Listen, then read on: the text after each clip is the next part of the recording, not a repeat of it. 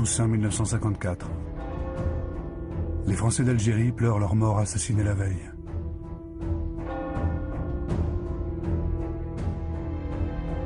La communauté française vient d'être la cible d'une série d'attentats meurtriers. Des hommes, des femmes, des militaires, des civils. Une action violente et concertée. Ce sont les premiers morts de cette guerre qui commence. Elle va durer presque 8 ans.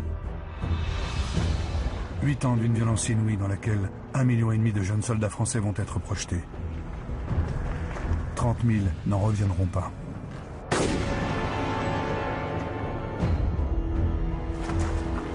Une guerre qui va provoquer la mort de centaines de milliers d'Algériens, le déplacement d'1,5 million de paysans et la destruction de centaines de villages. Une guerre qui va déraciner près d'1 million de pieds noirs de leur terre natale, entraîner l'abandon et le massacre de milliers de harkis, fidèles à la France. Une guerre qui ne dira jamais son nom et qui provoquera la chute d'une république et la naissance de la 5e République. Et pour l'Algérie, l'arrachement de son indépendance.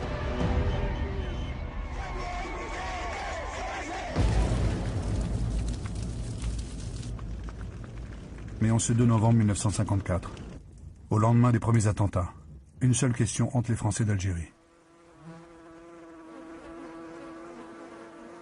Qui se cache derrière cette insurrection brutale, parfaitement coordonnée et planifiée?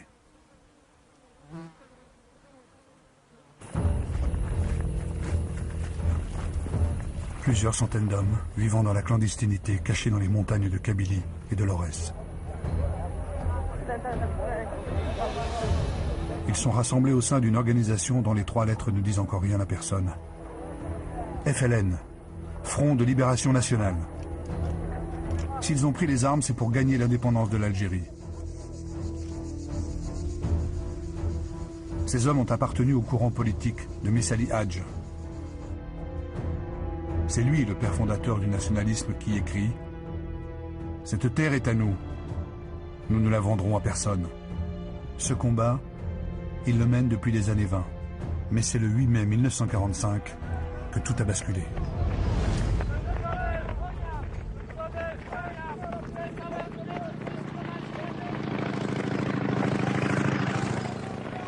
Alors que partout ailleurs on fête la victoire, des militaires français traquent les responsables d'un massacre commis dans les villes de Sétif et de Guelma. Ici, dans le défilé qui fête la fin de la Seconde Guerre mondiale, un homme a brandi un drapeau aux couleurs blanches et vertes. Le drapeau algérien. Il a été abattu par la police. En réaction, les manifestants algériens assassinent 103 Français. Les survivants sont sous le choc. Comment oublier ce qu'ils ont vu? Les hommes ont été émasculés. Les femmes ont eu les seins coupés. Des dizaines de viols ont été commis.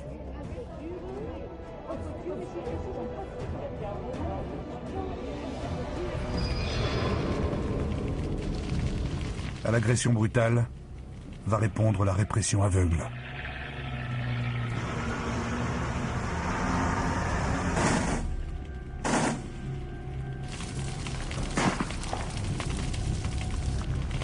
C'est là, dans les milliers de morts civiles de cette répression, que le nationalisme algérien va se cimenter et puiser la vigueur de son combat à venir.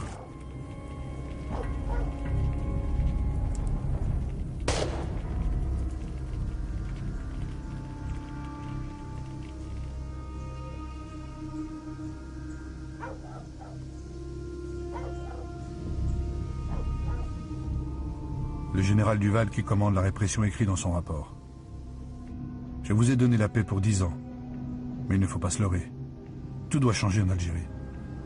Sinon tout recommencera.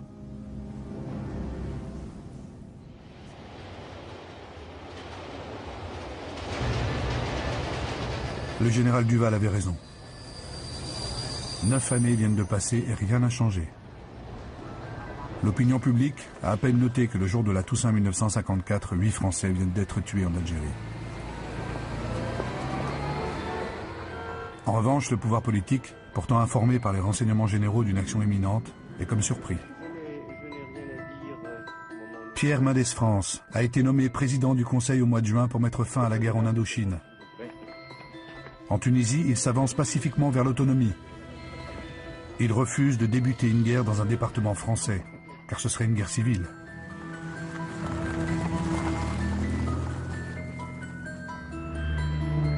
L'Algérie, c'est la France, et non un pays étranger, déclare-t-il à l'Assemblée nationale. Toute la classe politique en est convaincue.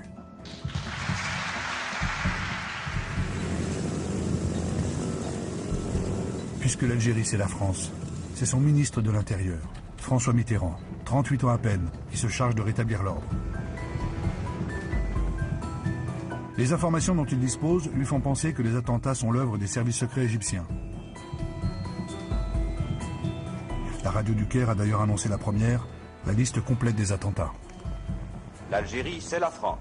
Et la France ne reconnaîtra pas chez elle d'autre autorité que la sienne.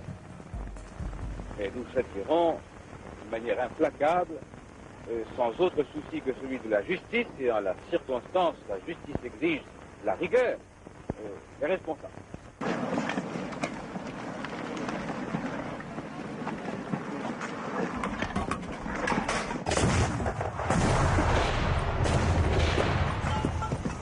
La réponse du gouvernement français est donc claire.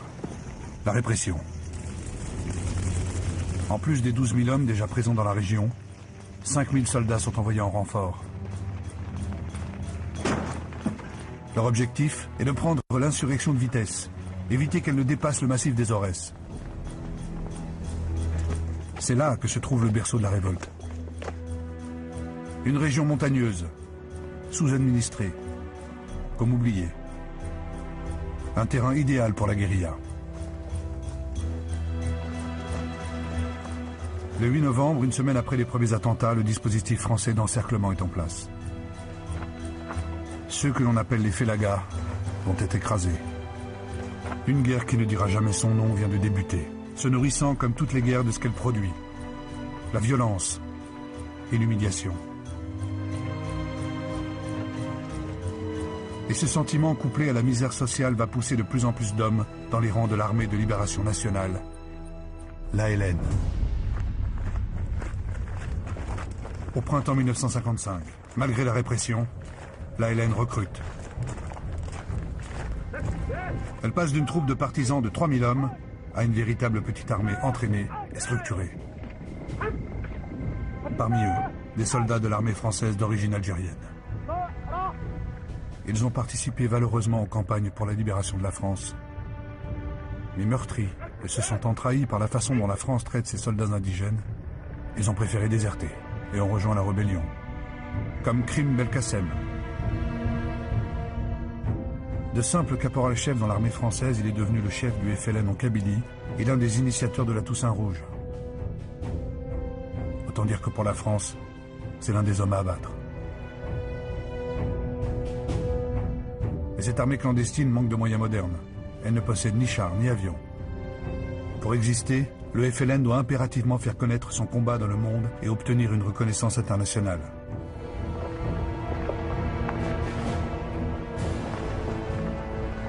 Il peut compter sur le président égyptien Nasser, qui soutient sa lutte depuis le début.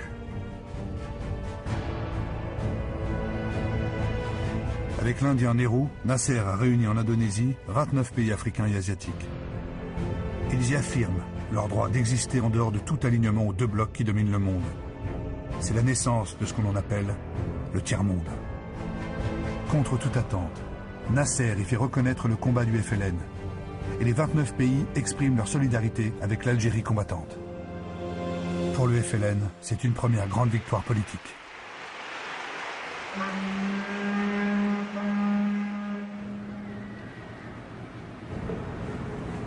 Mais les hommes politiques de la 4e République ne voient pas la marche inexorable de la décolonisation. En Algérie, ils envoient toujours plus de soldats. Les Français d'Algérie sont rassurés. Leur histoire d'amour avec les parachutistes ne fait que commencer. Ces hommes ont combattu en Indochine. Ce sont des guerriers chevronnés. Mais ils arrivent avec le goût amer de la défaite. Et pour les chefs, la cicatrice encore douloureuse de la débâcle de 1940. Élie de Saint-Marc, officier au 1er régiment étranger parachutiste, est de cela. Il écrit « Nous n'avons connu que la guerre depuis notre adolescence. Elle est devenue sinon une habitude, du moins un ennemi familier. Autant dire que pour tous ces hommes, un nouvel échec serait insupportable. La guerre d'Algérie, ils veulent, ils doivent la gagner. »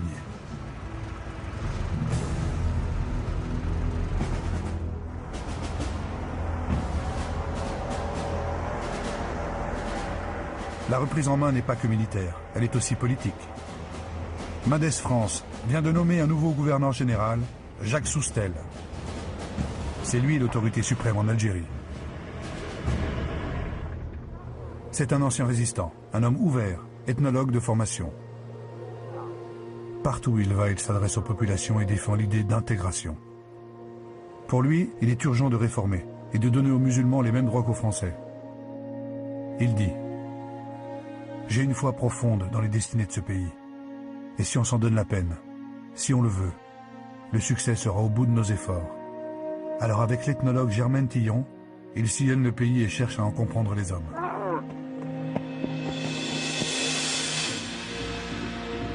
Et il comprend. Si l'Algérie c'est la France, c'est aussi l'Afrique et l'Orient à la fois. C'est un pays immense et plusieurs populations y cohabitent. Les Touaregs, les Kabyles, les Chaouis, les Mozabites et les Juifs indigènes.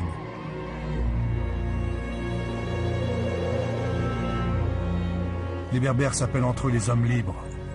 Ils sont 9 millions et ont toujours peuplé cette terre.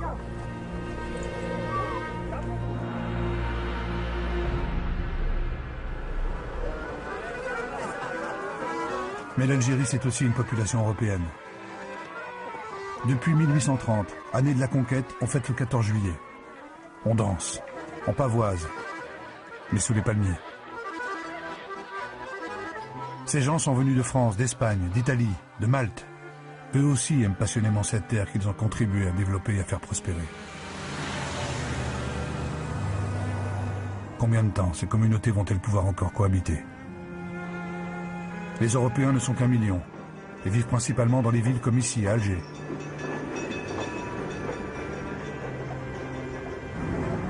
D'un côté, il y a la ville française, avec son mode de vie occidental. Et de l'autre, dominant la ville moderne, il y a la Casbah, le quartier musulman.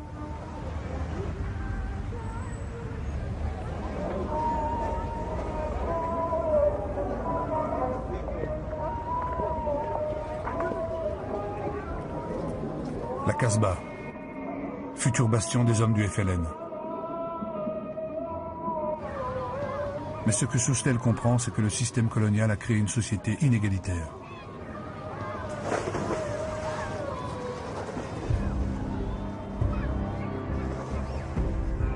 Musulmans et Européens ne possèdent pas les mêmes droits. Une séparation insidieuse s'est faite entre les deux communautés.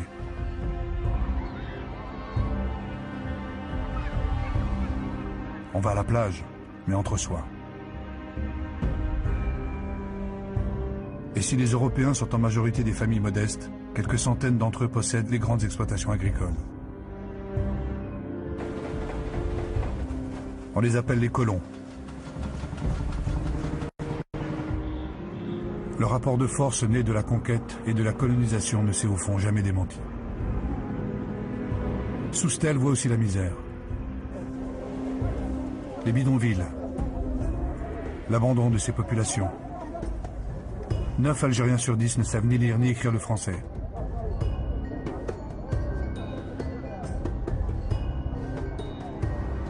Il sait que ce sont là les ferments de toutes les révolutions.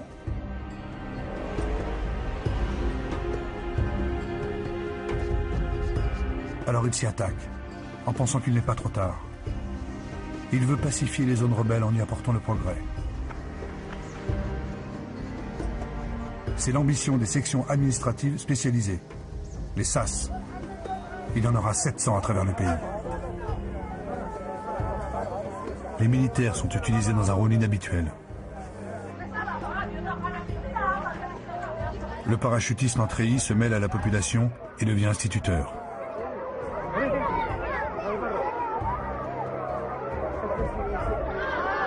Il apprend à écrire, à lire et bien sûr à chanter la Marseillaise.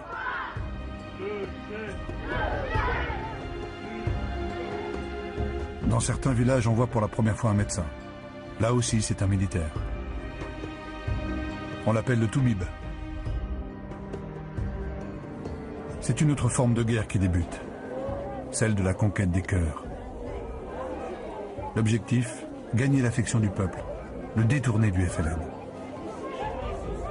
Cette population qui n'a pas encore pris parti en majorité pour l'indépendance est devenue un véritable enjeu.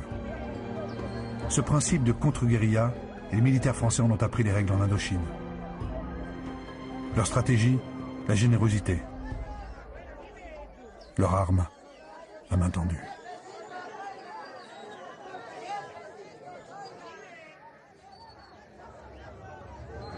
Mais cette action humanitaire n'est pas sans arrière-pensée.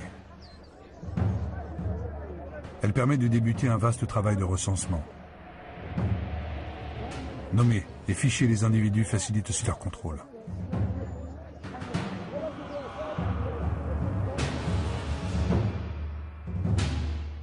Dans ces villages, les militaires vont armer des bénévoles. Ce sont les groupes d'autodéfense. Chaque volontaire reçoit un fusil. Un simple fusil de chasse. Un fusil et une mission. Interdire toute approche des maquisards de la LN.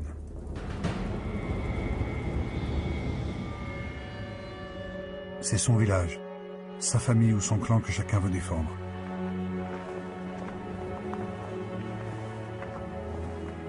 Mais ce village, c'est encore un coin de France, et comme dans toutes les guerres, l'étendard doit être levé. Fidèles patriotes français pour les uns, traîtres algériens pour les autres. Les hommes de cette armée improbable, et pourtant si fiers, s'engagent sans le savoir vers leur tragique destin.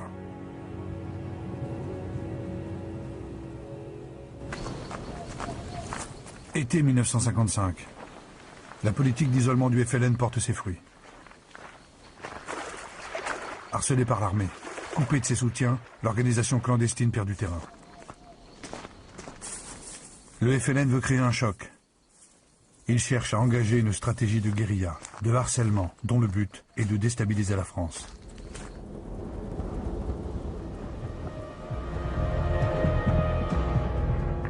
Pour cela, il veut atteindre un niveau de violence qui séparera définitivement les deux communautés.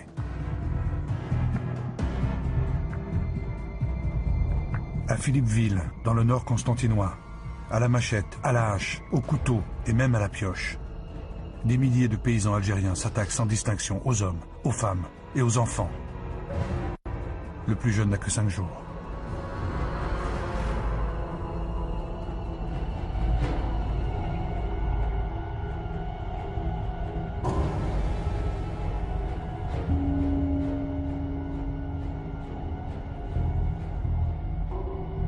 Au total, 123 Français sont tués, dont plusieurs dizaines de musulmans modérés. Le choc psychologique est violent, définitif. Le point de non-retour vient d'être franchi. C'était bien l'objectif de certains dirigeants du FLN.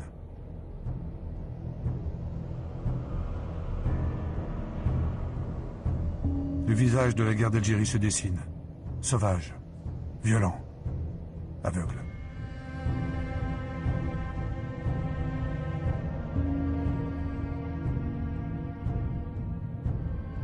Jacques Soustel est bouleversé par ce qu'il voit. C'est un autre homme qui quittera l'hôpital de Philippeville.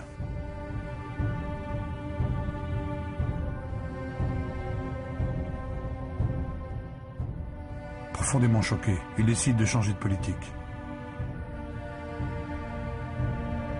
Le temps des réformes est révolu. La répression militaire sera à la mesure du choc.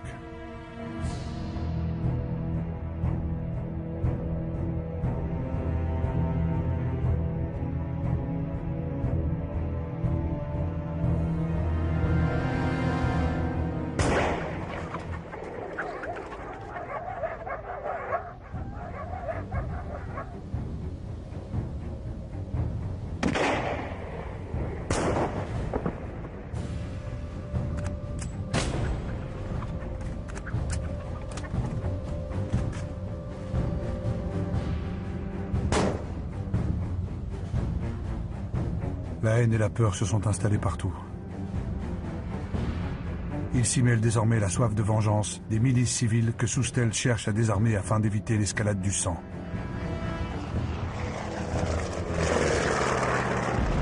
Il proclame l'état d'urgence et demande à l'armée de traquer les rebelles par tous les moyens. Les directives officielles reçues par les soldats français sont: tout rebelle faisant usage d'une arme ou étant aperçu une arme à la main sera abattu sur le champ. Le feu doit être ouvert sur tout suspect qui tente de s'enfuir.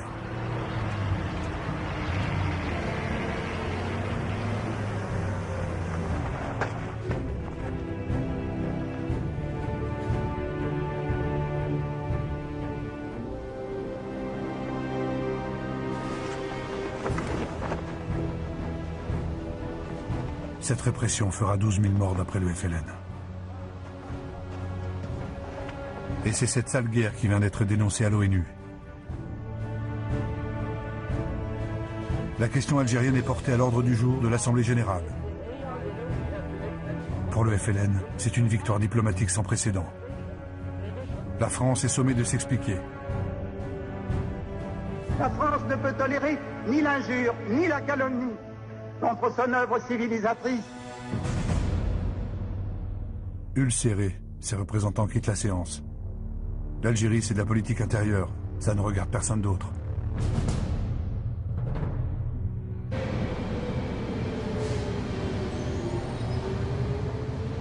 En France, la guerre d'Algérie est devenue un sujet d'inquiétude pour la population.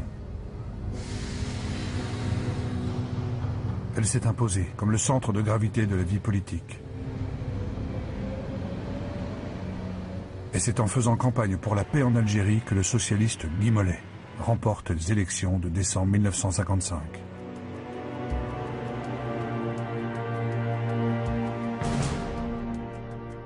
Sa première décision de président du Conseil est de congédier Jacques Soustelle.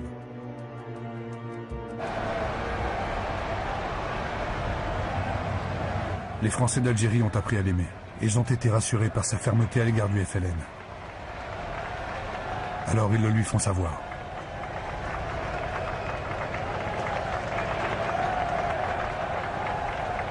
Ils sont 100 000 à accompagner et même à vouloir empêcher son départ. Et c'est dans ce moment spontané que les Français d'Algérie prennent conscience qu'ils sont une masse, un groupe, et que cette foule peut désormais peser sur le destin du pays.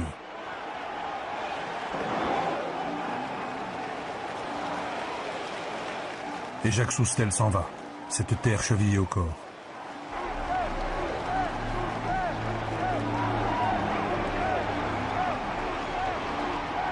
Il reviendra bientôt, en ardent défenseur de l'Algérie française.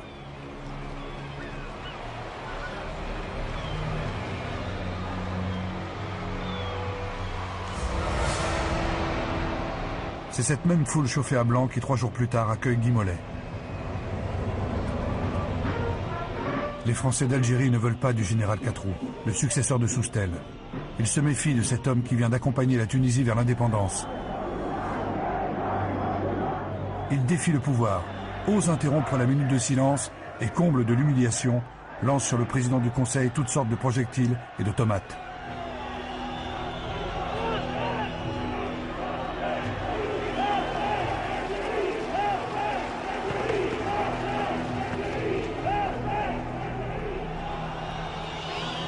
Et la gerbe de fleurs déposée par Guy Mollet ne pèse pas lourd face à leur colère.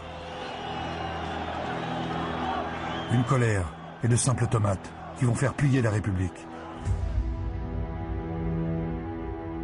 Guy Mollet ne montre rien de son trouble, mais il vient de céder. Il demande à Catroux de démissionner le jour même.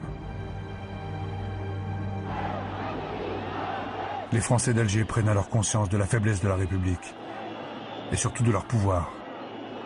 Ils sauront bientôt en rejouer.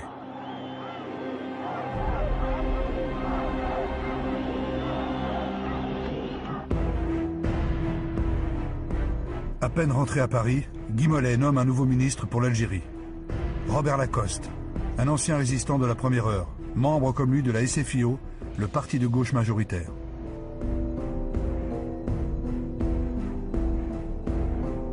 Guy Mollet demande aux députés de lui accorder des pouvoirs spéciaux. Le vote est massif. 455 voix pour, communistes inclus.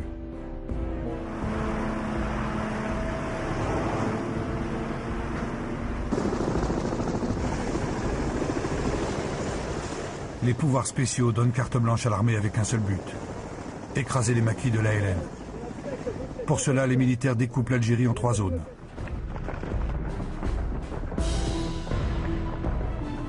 La première zone est la zone d'opération.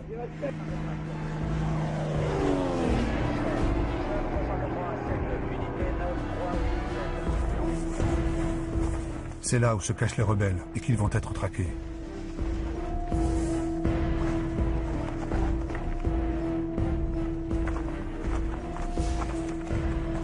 Un enfant de 12 ans, Mohand Kefash, décrit ce qu'il voit.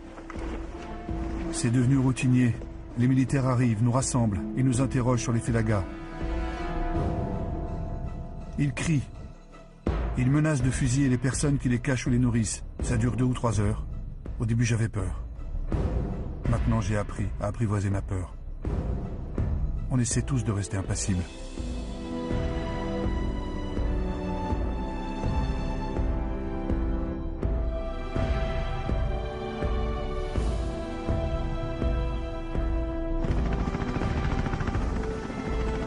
Et Robert Lacoste, en personne, vient s'assurer que le travail est bien fait.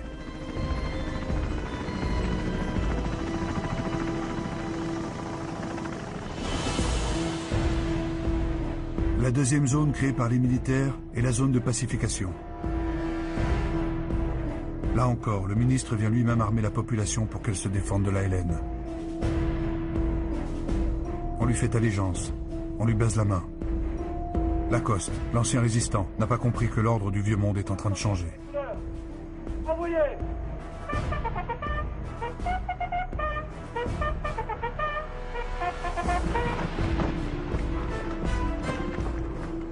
La troisième zone est la zone interdite. Des villages entiers sont vidés de leur population et parfois entièrement rasés.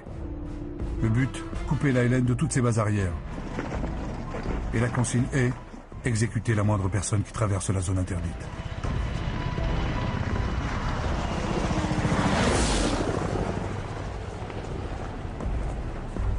Plus d'1,5 million de paysans sont déplacés vers des camps de regroupement. Mais ce déplacement forcé va provoquer l'exode de dizaines de milliers de personnes vers la frontière tunisienne.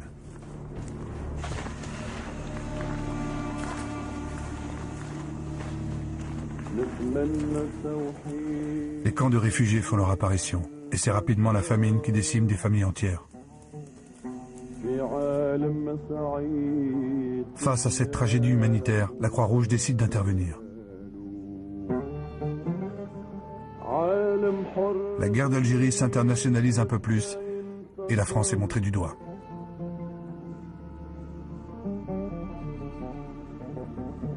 Et pour les plus courageux de ces paysans, une autre route permet de fuir la guerre.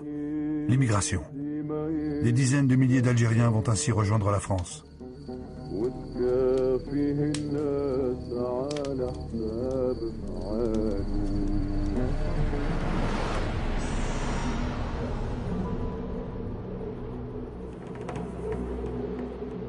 Une dernière zone n'apparaît pas dans le découpage militaire. Pourtant, elle intéresse hautement les autorités françaises. Le Sahara. Les ingénieurs viennent de découvrir du pétrole à Hassi Messaoud. Cette découverte, maintenue un temps secrète, redistribue les cartes du conflit algérien. Le pays regorge du précieux liquide dont toute société moderne a le plus besoin. Et il n'est pas question de s'en séparer.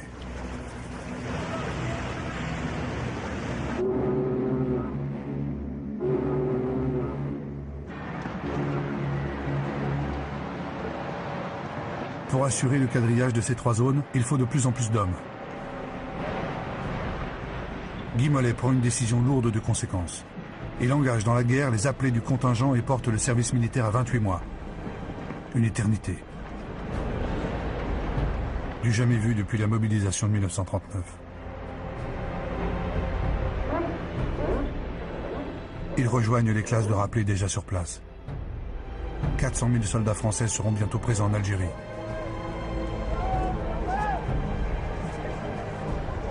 Un dernier baiser pour une maman.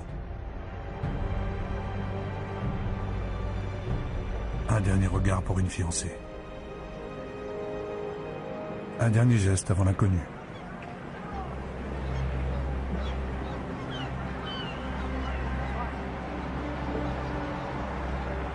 La plupart de ces garçons n'ont jamais quitté leur famille. Ils ne sont préparés ni au dépaysement, ni à la guerre.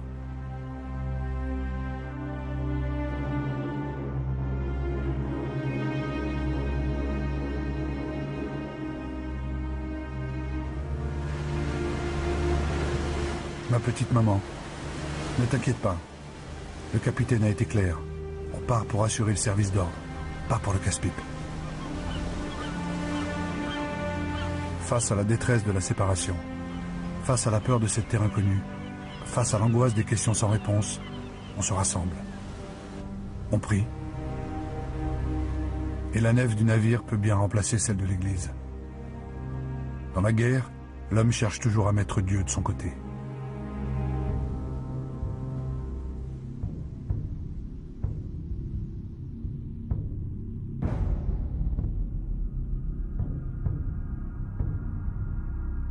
Pour ces jeunes Français, l'Algérie est en train de devenir une réalité.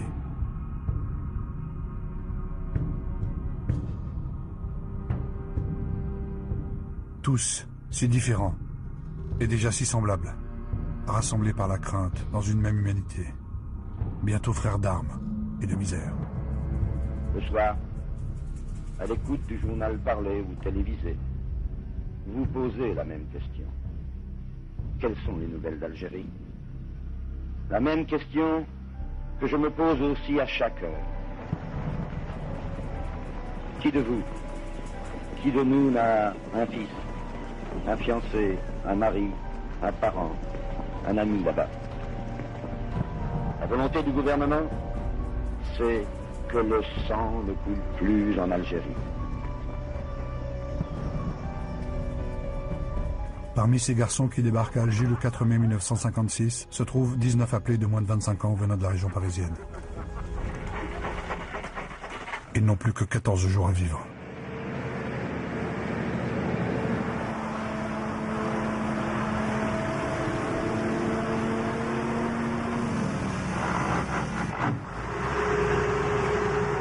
Sur cette route de montagne qui s'accroche aux gorges de Palestro, leur section va tomber dans une embuscade tendue par l'armée de libération nationale.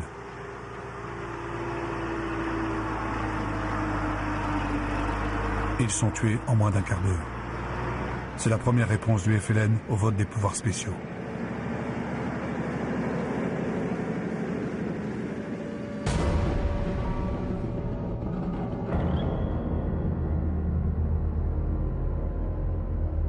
En France, l'émotion est immense.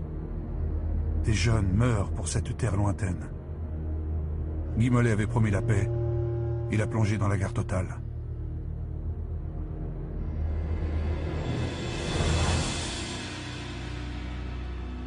Et c'est François Mitterrand qui se retrouve de nouveau en première ligne, mais cette fois-ci comme ministre de la Justice. Des dizaines de combattants algériens ont été emprisonnés et condamnés. Et l'État doit se montrer inflexible.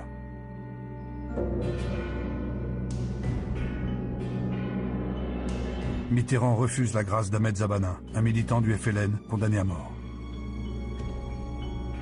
Le 19 juin 1956, il est exécuté. C'est le premier condamné à mort politique guillotiné. Les Algériens en font un martyr de la Révolution. 112 autres prisonniers politiques seront exécutés durant le conflit. La guillotine va devenir une véritable arme de guerre.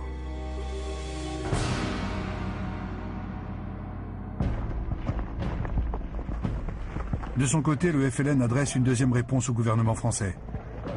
Une réponse politique. Le 20 août 1956, il organise en Kabylie un congrès clandestin. Ses principaux chefs s'y retrouvent pour unifier les différents courants nationalistes. Ils annoncent la création du Conseil national de la révolution algérienne. Ce doit être l'unique interlocuteur des négociations futures. Car dans le plus grand secret, Guy Mollet a entamé des pourparlers avec le FLN. Pour torpiller ces négociations, certains officiers français décident d'une opération spectaculaire. Ils détournent vers Alger un avion marocain transportant des leaders du FLN. Les négociations secrètes sont interrompues et Guy Mollet est mis devant le fait accompli. Le pouvoir politique ne se situe plus en France, il se déplace à Alger entre les mains des militaires.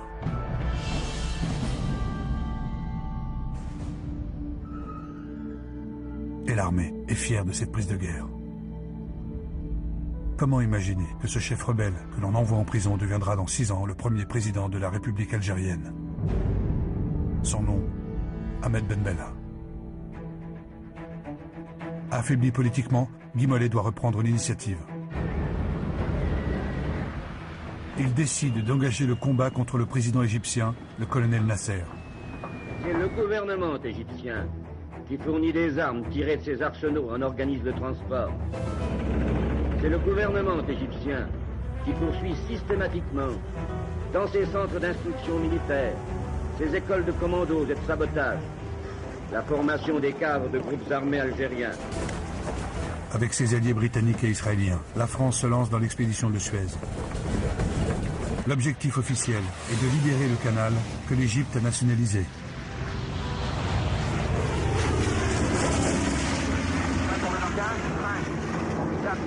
Mais le pouvoir a un but caché. Éliminer Nasser.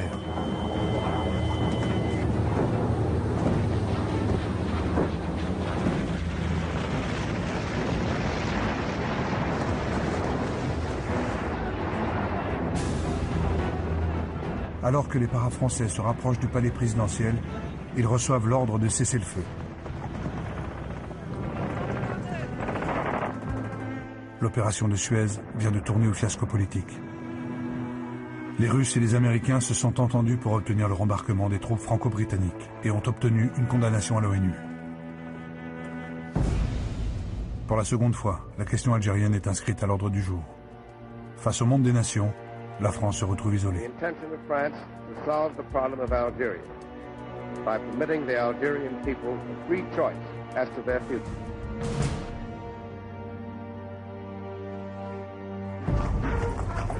En Algérie, pourtant, la France continue de parader.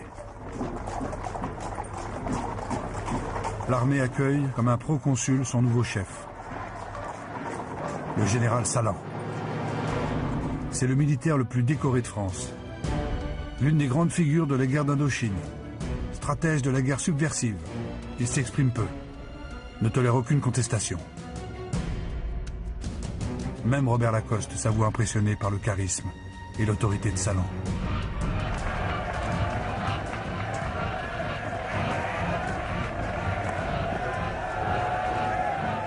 Salan a un objectif. Gagner sur le terrain militaire en écrasant définitivement le FLN. Pour cela, il met en place un étau qui ferme totalement le pays. Les frontières avec la Tunisie et le Maroc sont entièrement électrifiées et truffées de 3 millions de mines.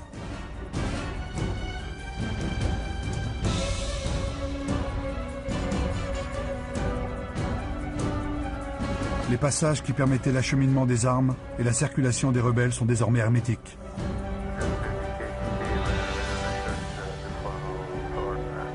En mer, c'est toute la côte méditerranéenne qui est surveillée par la Marine nationale. Les dernières livraisons d'armes sont interrompues.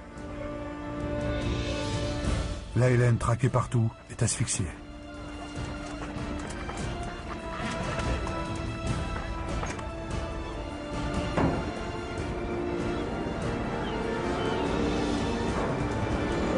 Ces hommes se sont repliés sur Alger.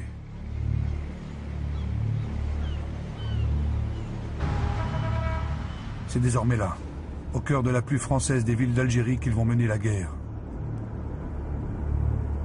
Yassef Saadil, le chef du FLN à Alger, l'affirme. C'est à Alger que tout doit maintenant se passer.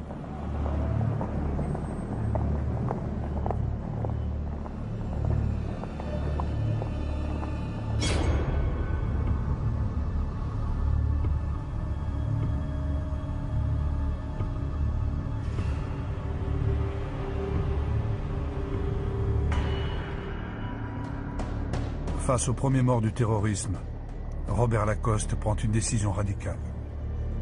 Il fait appel à l'armée pour maintenir l'ordre et investit le général Massu des pouvoirs de police. Lui aussi a combattu en Indochine. C'est un ancien des forces françaises libres, fait compagnon de la libération par le général de Gaulle.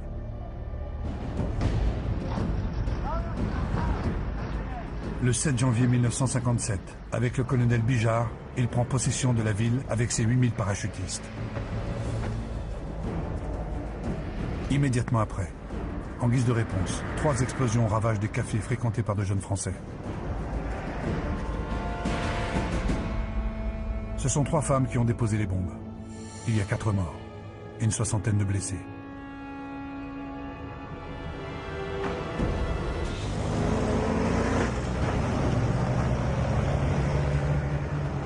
Deux jours plus tard, le FLN décide de démontrer son soutien dans la population. Il lance un appel à la grève générale. L'appel est entendu. Alger ressemble à une ville morte. L'armée reçoit l'ordre de briser la grève. Le soutien populaire au FLN ne doit pas être visible.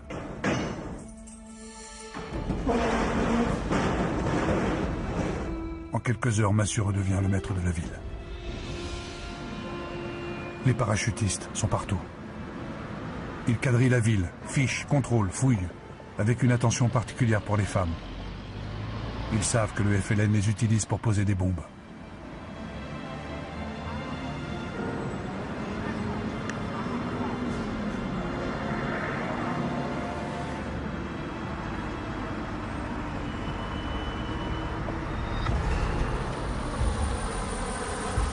C'est dans la Casbah, où vivent des centaines de militants du FLN, que la répression est la plus vigoureuse.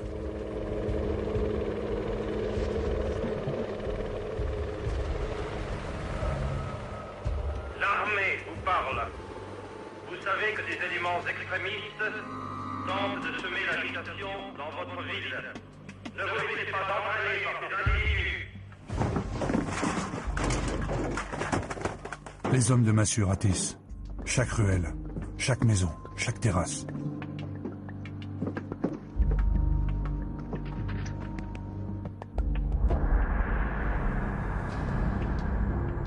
À défaut d'être coupable, tout le monde est suspect.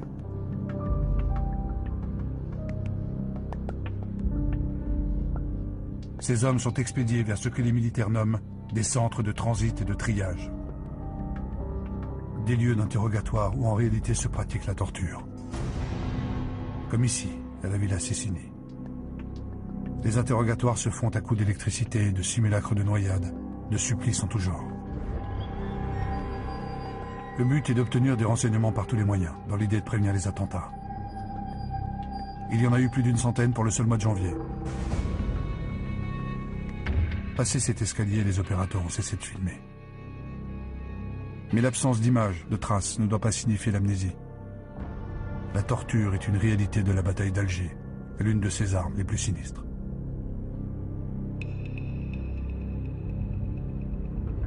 Des caméramans est-allemands ont filmé le moment d'après, quand le choc physique est devenu choc psychologique.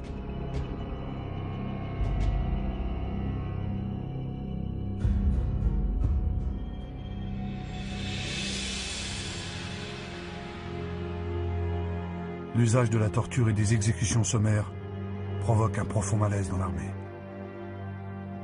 Si certains acceptent de faire le sale boulot, d'autres officiers refusent.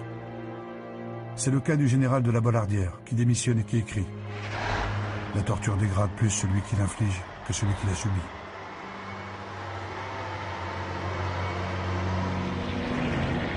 La torture, elle se généralise à tout le territoire. À Constantine, le ministre Lacoste installe un nouveau préfet sur lequel il peut compter. Maurice Papon. L'ancien résistant décore l'ancien fonctionnaire de Vichy.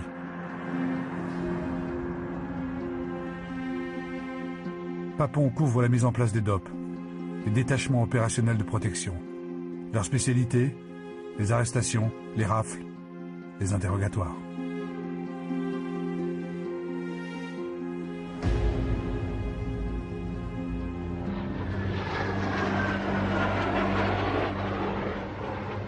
Et à Paris, le général Massu et ses paras peuvent défiler triomphalement sur les Champs-Élysées, Leurs méthodes sont couvertes par l'autorité politique.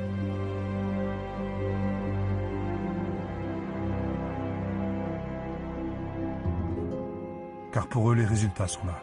Le nombre d'attentats a chuté. 112 bombes en janvier, 39 en février, puis 29 au mois de mars. À Alger, malgré la violence des derniers attentats, comme celui qui ravage le casino de la Corniche et qui fait 9 morts, les arrestations s'enchaînent. Tant chez les poseurs de bombes que parmi les chefs du FLN, qui tombent les uns après les autres.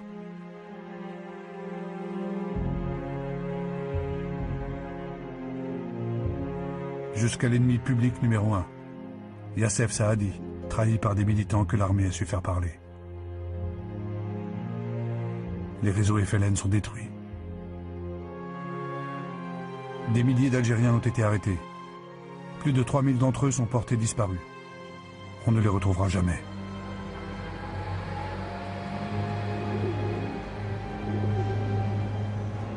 La bataille d'Alger est terminée. Mais cette victoire s'est faite au prix d'une grave crise morale. Alors que la question de la torture divise la France, les Français d'Algérie, eux, retrouvent une vie normale.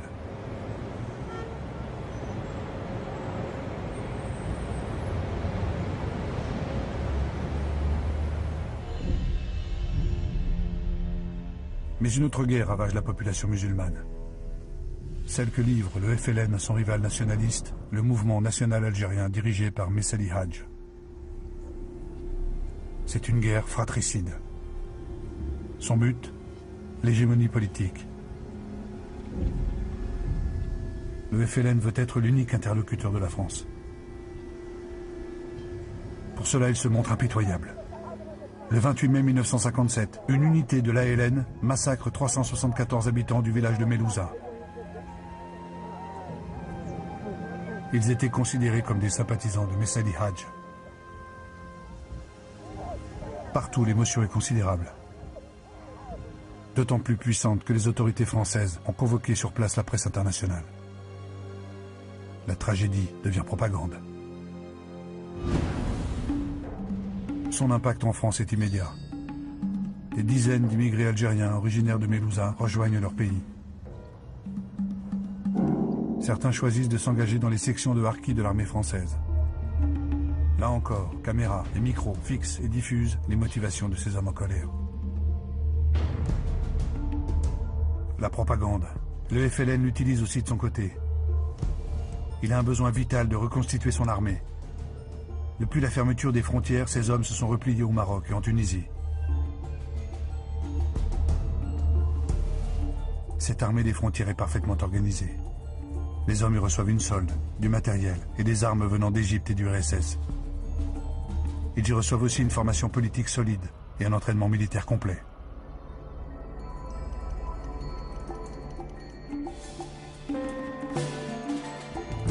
Les renseignements militaires estiment à 10 000 le nombre de combattants algériens installés à la frontière tunisienne dans le village de Sakiet, Sidi Youssef.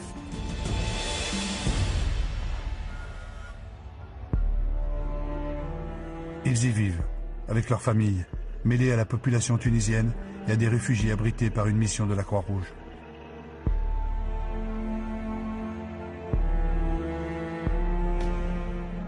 C'est de ce village que partent régulièrement des attaques contre des unités françaises. Le 11 janvier 1958, une embuscade de l'ALN a tué 14 soldats.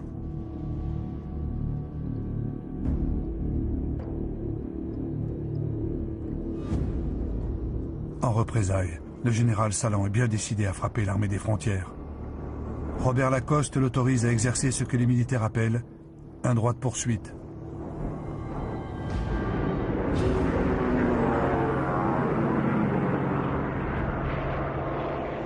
Le 8 février 1958, 11 bombardiers de l'armée de l'air décollent.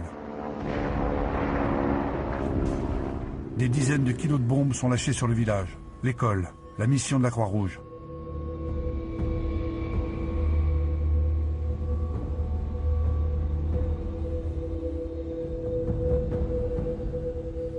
Le bilan est très lourd.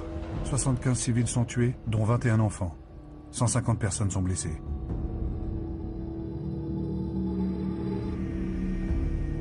la Tunisie porte plainte contre la France et fait projeter ces images à l'ONU. Toute la communauté internationale condamne. C'est un véritable désastre pour l'image de la France, qui ne peut plus justifier une opération de maintien de l'ordre.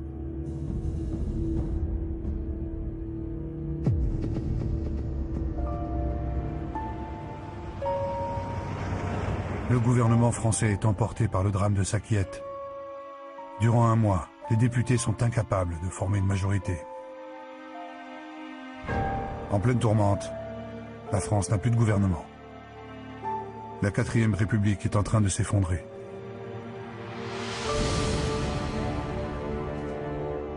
Un homme observe tout cela depuis sa retraite de colomber les 2 églises.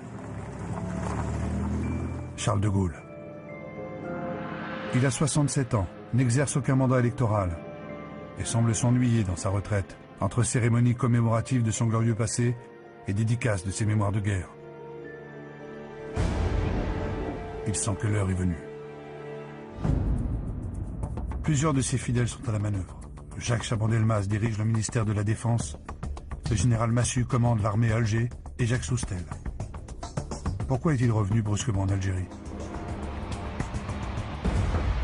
Quelque chose semble se préparer en coulisses.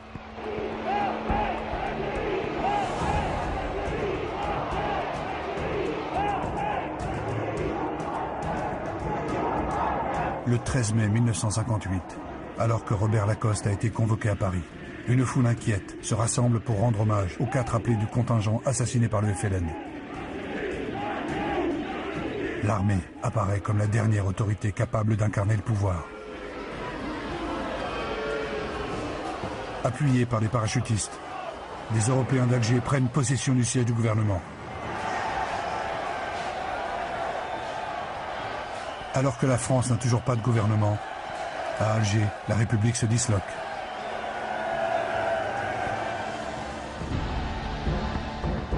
La voie est libre pour les généraux Massu et Salan. Et le militaire le plus gradé de France peut s'installer dans le fauteuil de Robert Lacoste, juste devant la statue de Marianne. Avec Massu, il crée un comité de salut public censé diriger l'Algérie. À Paris, les hommes politiques sont informés des événements d'Alger. Dans un réflexe républicain, les députés tentent de stabiliser le pouvoir et désignent un nouveau président du Conseil, Pierre Fimelin. Mais de l'autre côté de la Méditerranée, en apparaissant au balcon du siège du gouvernement, les généraux confirment aux yeux de tous que l'armée a définitivement pris le pouvoir en Algérie.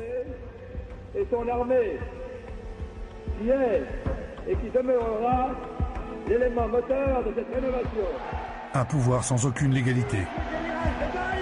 Les chefs militaires réclament un pouvoir fort, autoritaire, stable. Ils veulent un homme au-dessus des partis, un homme providentiel. Et ils font acclamer le général de Gaulle.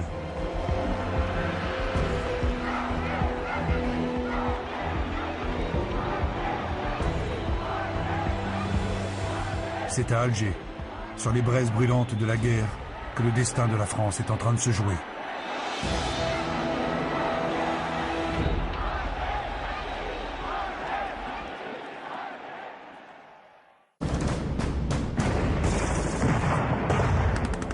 Depuis 4 ans, la France est engagée en Algérie dans une guerre qui ne dit pas son nom.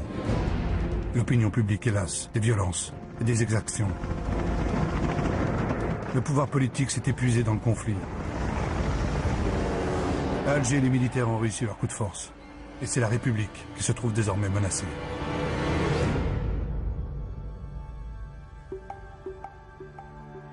Le 28 mai 1958, c'est le 9e gouvernement qui tombe, victime de son impuissance à agir en Algérie. Monsieur le Président, quelques mots, s'il vous plaît. Ainsi, mon gouvernement se trouve affaibli. En conséquence, j'ai présenté ma démission.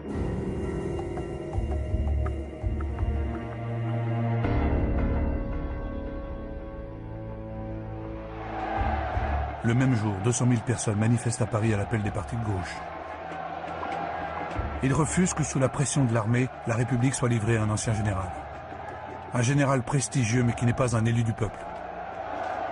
Le fascisme ne passera pas, peut-on lire dans la foule. Pourquoi voulez-vous qu'à 67 ans, je commence une carrière de dictateur? Eh bien, en ce moment, le général de Gaulle pourrait définir la journée à un endroit que pour l'instant on ignore. De Gaulle sait qu'une majorité de Français croit aussi à l'homme providentiel. Enfin tacticien, il ne se prononce pas vraiment sur la question algérienne. Les Français et toute la classe politique sont pourtant suspendus à ces décisions. Voici la première réaction après l'audition du discours du président de la République. Puis-je vous demander ce que vous en pensez? Oui, je l'ai parfaitement entendu, d'un bout à l'autre.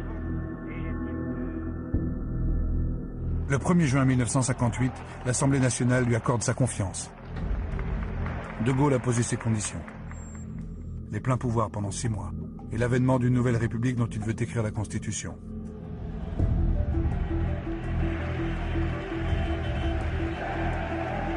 Les Français qui redoutent une guerre civile sont en majorité soulagés. Pour tous, De Gaulle va mettre fin à la guerre d'Algérie qui dure depuis 4 ans.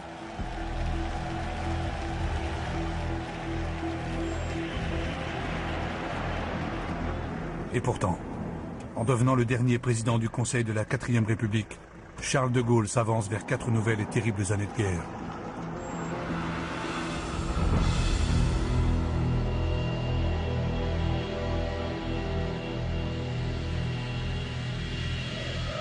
Immédiatement après son investiture, De Gaulle se rend en Algérie.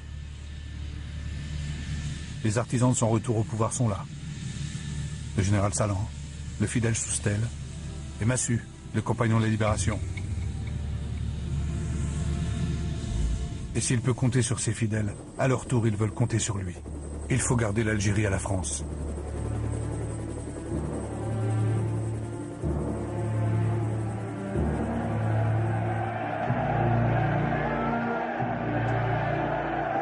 Ils sont des centaines de milliers à le lui demander.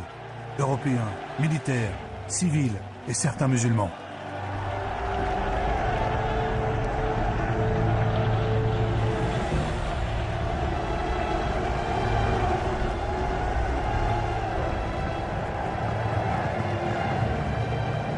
Une véritable fraternisation aux motivations parfois opposées.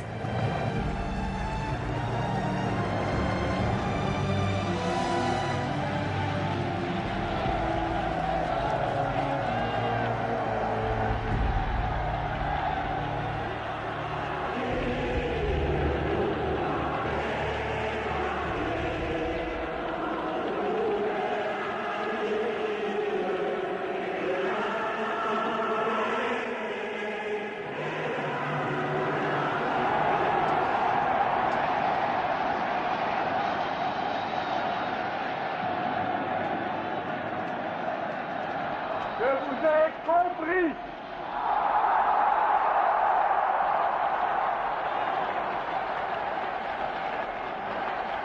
Je sais ce qui s'est passé ici.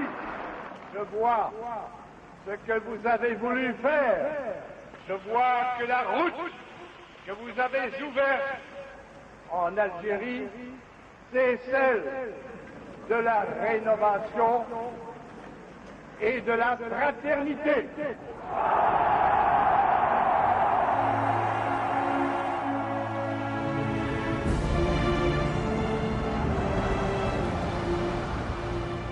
Et je déclare qu'à partir d'aujourd'hui, la France considère que dans toute l'Algérie, il n'y a qu'une seule catégorie d'habitants.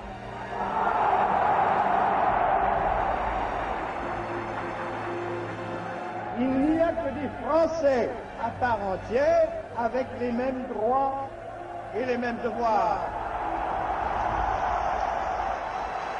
Cela signifie qu'il faut assurer une patrie à ceux qui pouvaient douter d'en avoir une.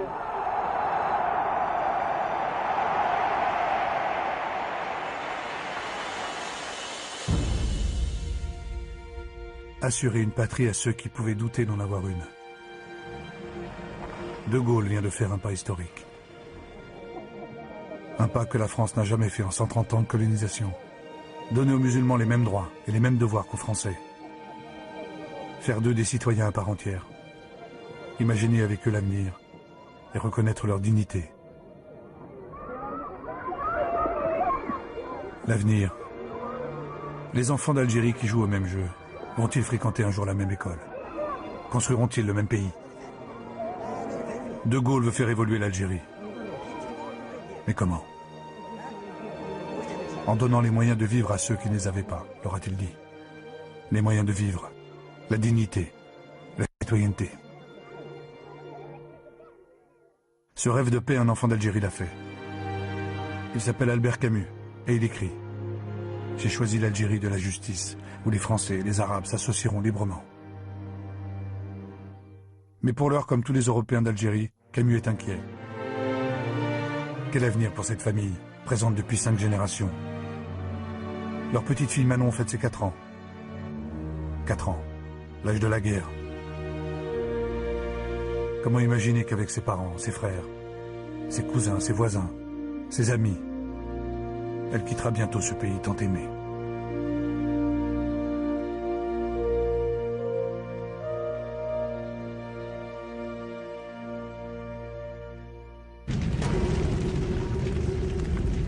Un instant pris de court par les propositions de Gaulle, le FLN lui donne une réponse spectaculaire.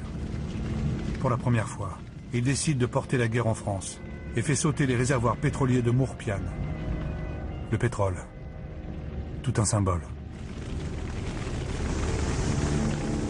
Les Français stupéfaits découvrent que la guerre d'Algérie peut les atteindre directement. Le même jour à Paris, un inconnu tire sur Jacques Soustelle. Encore un symbole. Celui qui est devenu le ministre de l'information du général de Gaulle échappe de peu à la mort. Et à travers lui, c'est le pouvoir que l'on veut atteindre.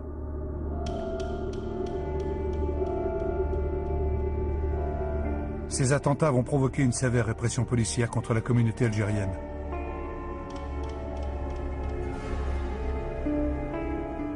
Ils sont 250 000 à vivre en métropole. La Fédération de France du FLN compte 80 000 cotisants alors que sa rivale du MNA, le Mouvement National Algérien, en totalise 20 000. Ils fournissent des armes, au maquis et de l'argent, parfois sous la contrainte.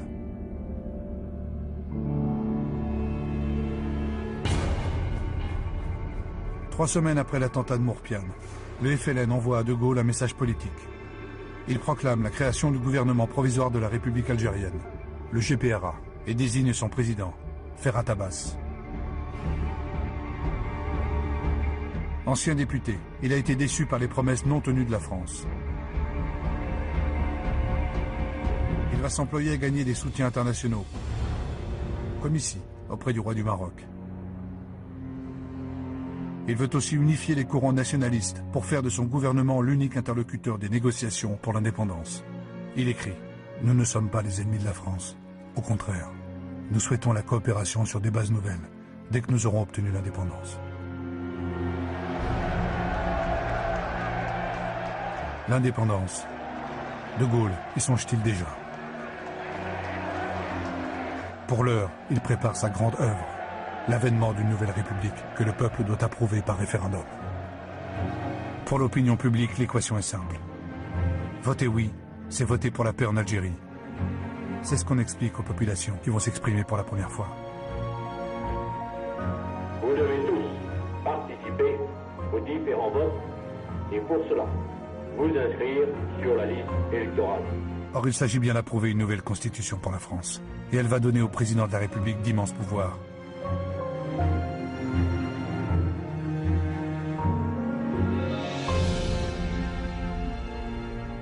Il s'agit du destin de la France. C'est pourquoi le pourcentage que doit obtenir le oui sera d'une importance immense.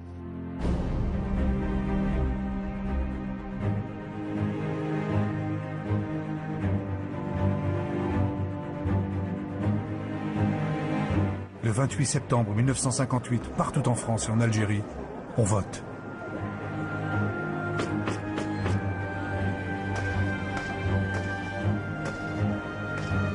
La grande révolution, c'est que tous les Algériens musulmans peuvent s'exprimer. La pleine citoyenneté leur est accordée enfin. Et pour la première fois de leur vie, les femmes musulmanes ont le droit de voter.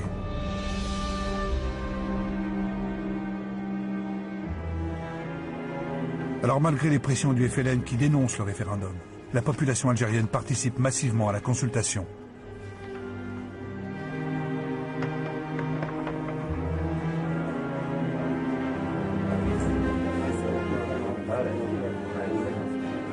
C'est un triomphe personnel pour De Gaulle. 95% de oui en Algérie et près de 80% en métropole. La France vient d'entrer dans la 5e République.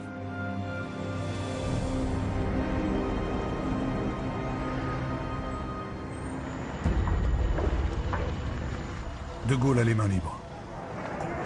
Il peut mettre en place le plan dont il n'a parlé à personne. Il veut négocier avec le FLN. Proposer une solution fédérale. Une association entre les deux pays. Il est prêt à cette concession à une seule condition. Garder le Sahara. C'est là que se trouve la matière première des sociétés modernes. Le pétrole qu'exploitent 2 compagnies d'État. Les futurs groupes Elf et Total.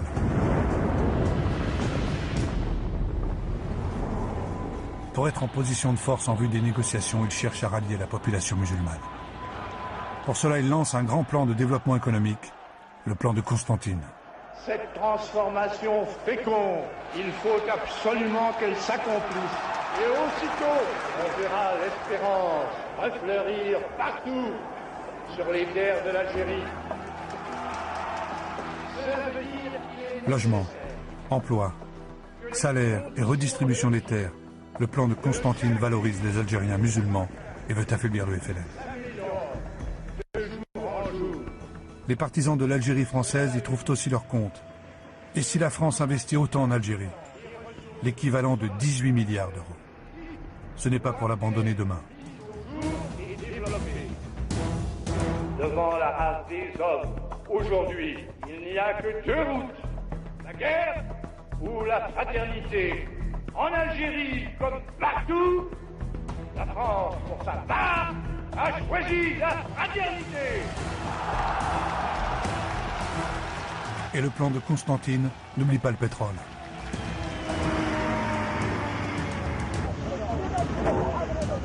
Plusieurs ports, comme celui d'Arzeux, sont transformés en terminaux pétroliers directement reliés au port de Fos-sur-Mer.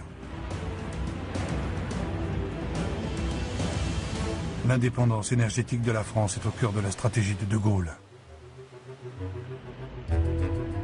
20 jours plus tard, il dévoile son jeu.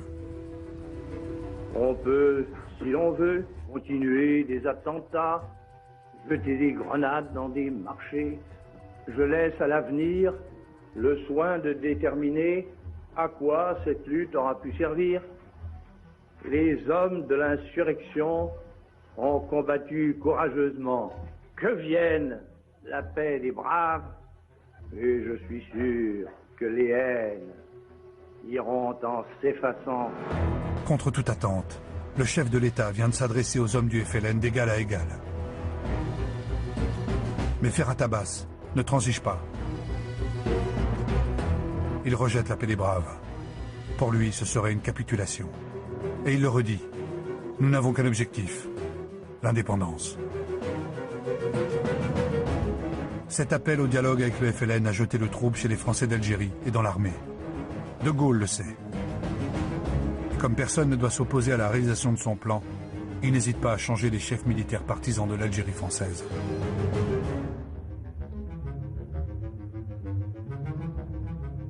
Officiers, sous-officiers, gradés, je quitte mon commandement après 25 mois passés auprès de vous. Maintenant, portez fièrement le drapeau de la patrie et montrez au monde que l'Algérie, c'est la France. L'Algérie, c'est la France.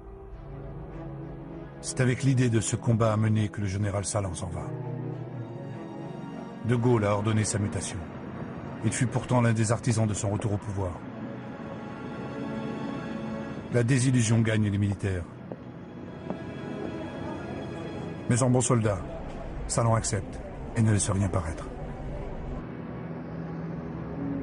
Et sur ce bateau qui l'emporte vers la métropole, derrière les sourires de circonstance, pense-t-il déjà au putsch contre le pouvoir qu'il mènera dans quelques mois et à l'OAS qu'il fondera par la suite, et dont l'objectif sera tuer De Gaulle.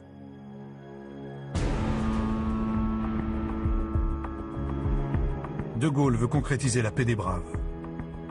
Pour cela, il ordonne la libération de 7000 prisonniers du FLN.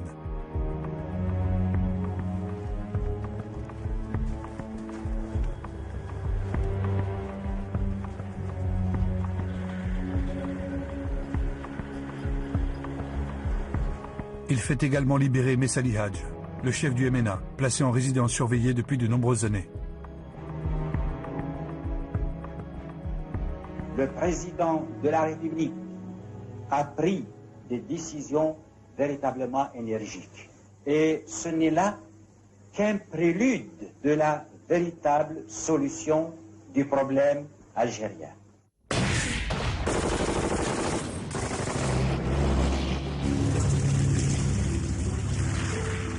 S'il cherche l'apaisement politique, De Gaulle désire aussi la victoire militaire. Il s'engage avec brutalité dans la guerre, avec toujours le même objectif: affaiblir l'adversaire en vue des négociations.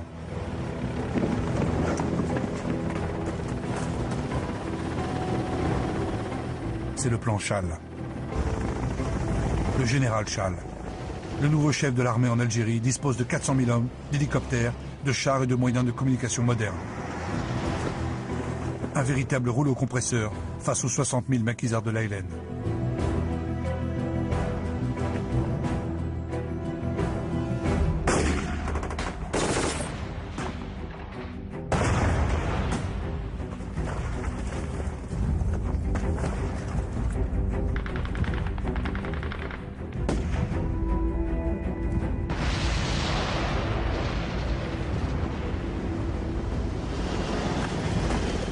Dans cet écrasement programmé, le pouvoir a autorisé l'utilisation d'une arme terrifiante, interdite par les conventions internationales.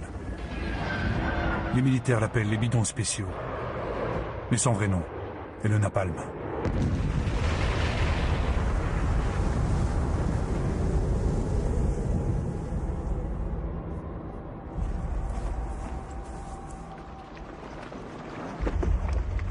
Les unités de l'ALN, les Katibas, sont coupés de leur commandement.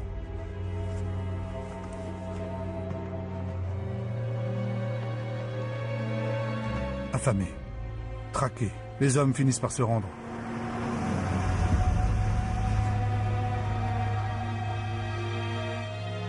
Et c'est parmi ces combattants que l'armée recrute des milliers de harkis qui désormais se battront contre leurs propres frères.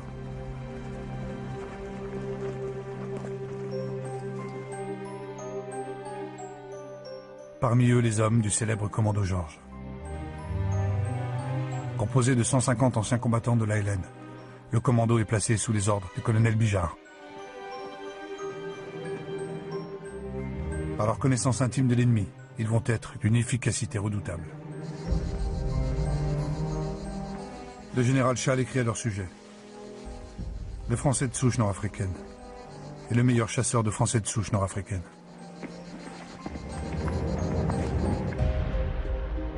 De Gaulle est-il en train de gagner la guerre? L'armée de libération nationale est considérablement affaiblie.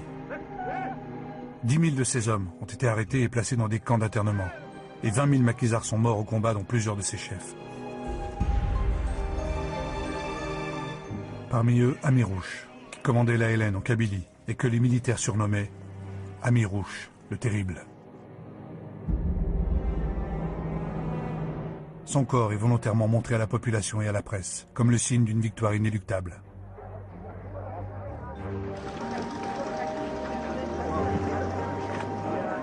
Cette victoire, les soldats français en sont-ils fiers? Si les appelés du contingent s'interrogent, les soldats d'élite ont le sentiment de la mission accomplie, du travail bien fait. Et le temps d'un bivouac, malgré la violence donnée et la violence reçue, malgré la torture qui s'est généralisée, les guerriers redeviennent des hommes. Et ils en sont convaincus. Leur combat était le prix à payer pour garder l'Algérie française. C'est de cette incompréhension que va naître la rupture entre De Gaulle et une partie de son armée.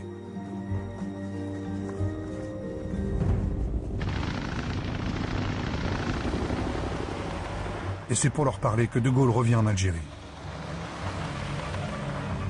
Il se fait pédagogue et explique: la victoire militaire ne signifie pas la victoire de l'Algérie française. Elle permet de négocier en position de force face à un ennemi affaibli. De Gaulle est résolu à sortir du bourbier algérien qui isole la France et consume une grande partie du budget de la défense. Il déclare: l'Algérie de papa est morte. Si on ne le comprend pas, on mourra avec elle.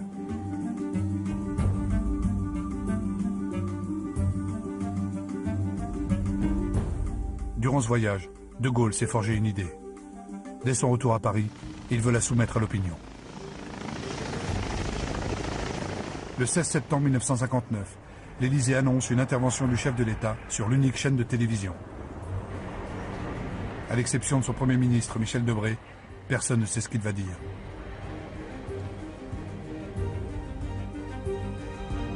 Je m'engage à consulter les Algériens dans leurs 12 départements au sujet du destin qu'ils veulent adopter. Je considère comme nécessaire que ce recours à l'autodétermination soit proclamé aujourd'hui. L'autodétermination. Un vrai coup de théâtre. Les leaders du FLN sont pris de court. Ils ne saisissent pas le tournant qui vient de s'opérer et demeurent inflexibles. Ce qu'ils veulent, c'est l'indépendance. Chez les Français d'Algérie, c'est l'angoisse. Il n'y a plus d'ambiguïté. Le président de la République donne aux Algériens le droit de trancher. L'association avec la France ou la sécession. De plus, De Gaulle vient d'ordonner la mutation du général Massu, jugé trop critique. Comme Salan, il avait participé à sa reconquête du pouvoir. Comme lui, il se sent trahi par celui dont il fut un fidèle compagnon de route. Et les Français d'Algérie ressentent aussi cette trahison, car Massu est leur héros, le vainqueur de la bataille d'Alger. Voici le message qu'il fait lire à ses troupes. Vous ne pouvez être moralement l'armée d'une sécession. Vous vous battez pour que l'Algérie demeure française. Je sais que vous obéirez. La défiance entre une partie de l'armée et le pouvoir politique est consommée. Et le départ de Massu provoque un grand mouvement de révolte. Le 24 janvier 1960, les partisans de l'Algérie française entreprennent le siège d'Alger.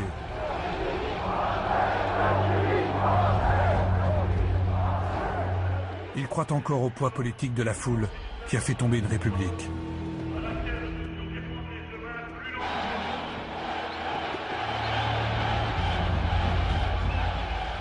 La peur et le désespoir vont se transformer en un affrontement entre Français et gendarmes.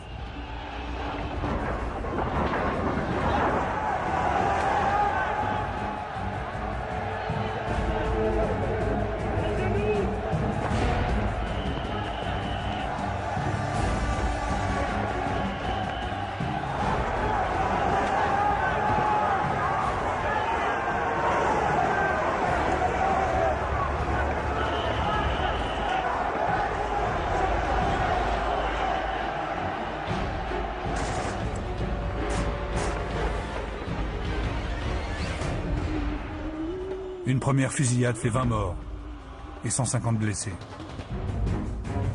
Les Français s'entretuent en Algérie, comme les premiers signes d'une guerre civile.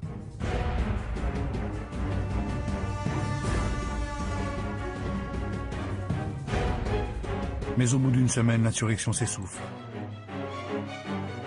L'armée et une partie de la population n'ont pas soutenu le mouvement. Certains activistes s'enfuient. D'autres sont arrêtés, comme Pierre Lagaillarde, député d'Alger, qui fondera plus tard l'OAS. Ce que l'on appelle désormais la semaine des barricades a révélé l'antigaullisme des Français d'Algérie. Alors qu'en métropole, l'opinion publique soutient son président. De Gaulle fait réaliser un sondage qui le conforte.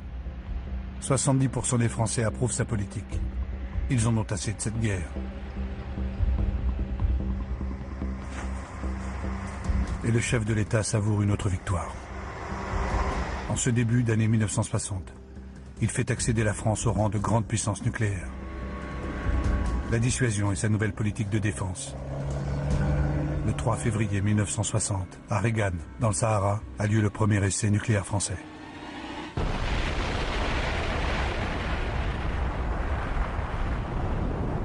Le Sahara, décidément un bien précieux.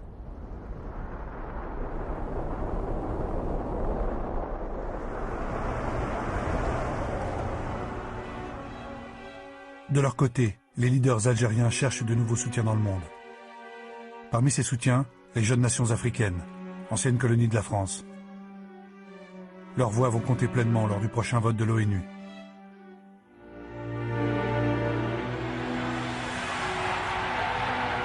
et la Chine.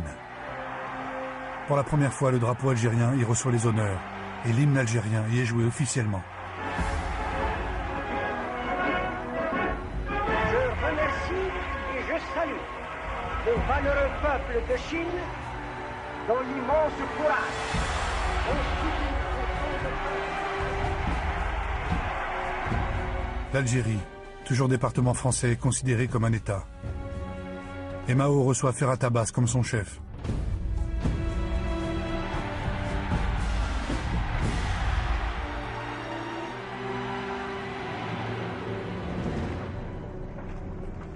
Et les soutiens gagnent aussi la France. De nombreux intellectuels s'impliquent pour l'indépendance. Comme Jean-Paul Sartre, qui écrit « Personne n'ignore aujourd'hui que nous avons ruiné, affamé, massacré un peuple de pauvres pour qu'il tombe à genoux. Et il est resté debout. » À l'automne 1960 s'ouvre le procès du réseau Janson. C'est le procès des porteurs de valises. Des militants de gauche qui ont transporté de l'argent au FLN. 15 Français sont condamnés à 10 ans de prison. Et malgré cette répression sévère, 121 personnalités françaises signent un manifeste pour le droit à l'insoumission.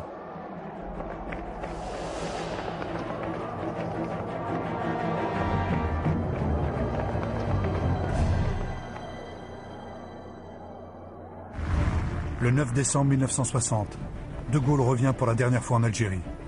Dans moins de 4 semaines, va avoir lieu le référendum. C'est un voyage aux très hautes tensions. Car les partisans de l'Algérie française l'ont compris. De Gaulle est en train de les lâcher. Dans les quartiers européens d'Alger, ceux que l'on appellera bientôt les pieds noirs laissent éclater leur colère.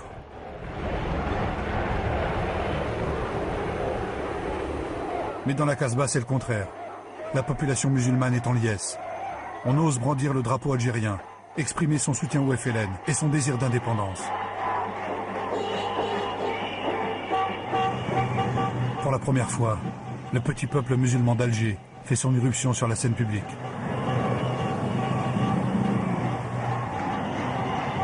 Il s'approprie à son tour les rues des villes pour crier lui aussi ses opinions.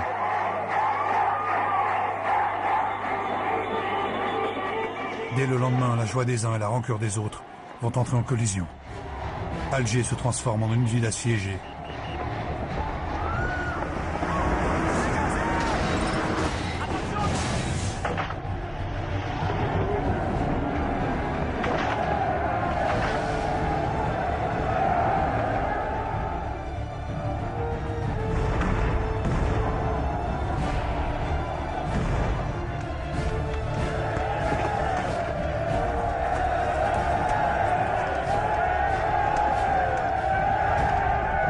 Les forces de l'ordre répriment. La Casbah est entièrement bouclée. La guerre a fini par gagner les populations civiles et à les projeter au cœur de l'affrontement.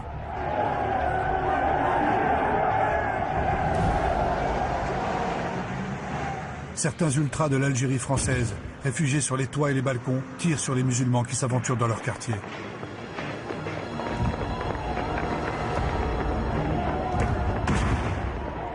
Durant 5 jours d'une violence urbaine sans précédent, Alger la Blanche est devenue Alger la Sanglante.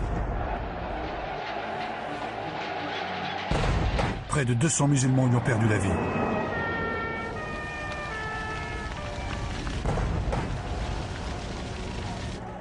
Les Européens d'Algérie comprennent que le rapport de force est définitivement inversé. Malgré la répression et les arrestations, les Algériens veulent être maîtres de leur destin.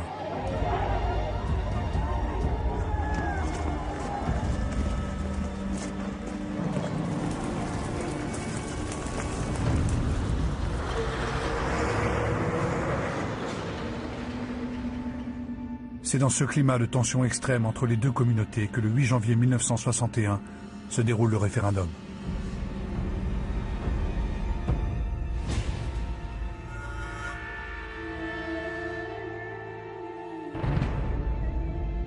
Une seule question est posée en Algérie comme en métropole. Êtes-vous pour l'autodétermination en Algérie?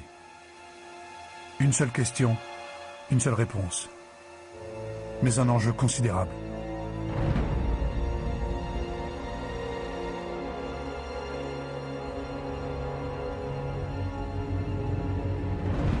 c'est le destin de l'Algérie et de tous ses habitants qui se joue en un vote, et chacun en a bien conscience.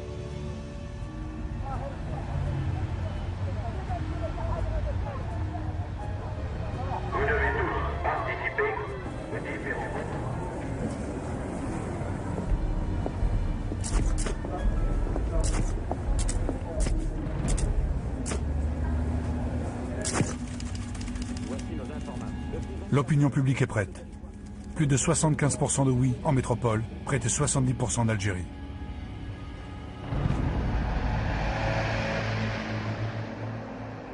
Ces résultats sans appel poussent les ultras de l'Algérie française à agir.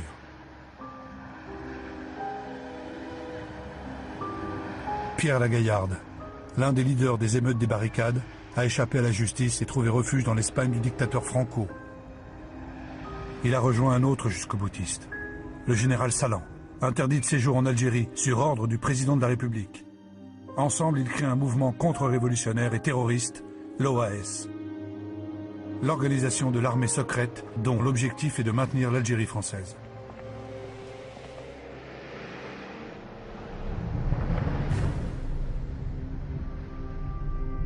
Le 21 avril 1961, le chef de l'État reçoit son homologue sénégalais, Léopold Sédar Senghor. Ils assistent à la Comédie Française à une représentation de Britannicus. Britannicus, ou la tragédie du pouvoir. Vous avez vu 100 fois nos soldats en courroux porter en murmurant leurs aigles devant vous. Tout autre se serait rendu à leur discours. Mais si vous ne régnez, vous vous plaignez toujours. Au même moment, à Alger, le rideau se lève sur une autre histoire. Les bérets verts du premier REP s'emparent du palais du gouvernement, de l'aéroport, de l'hôtel de ville, de la radio.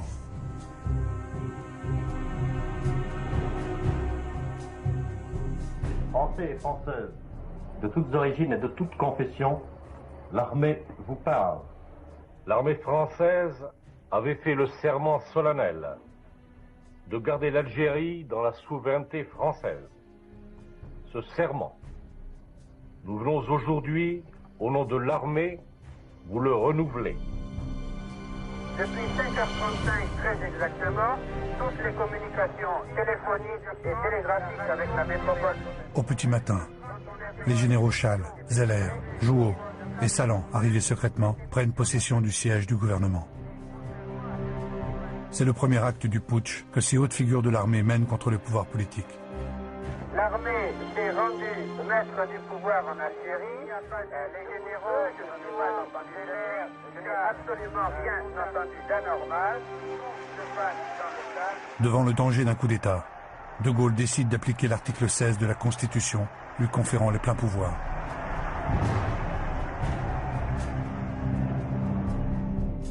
Le soir, il revêt son uniforme de général pour parler à la télévision.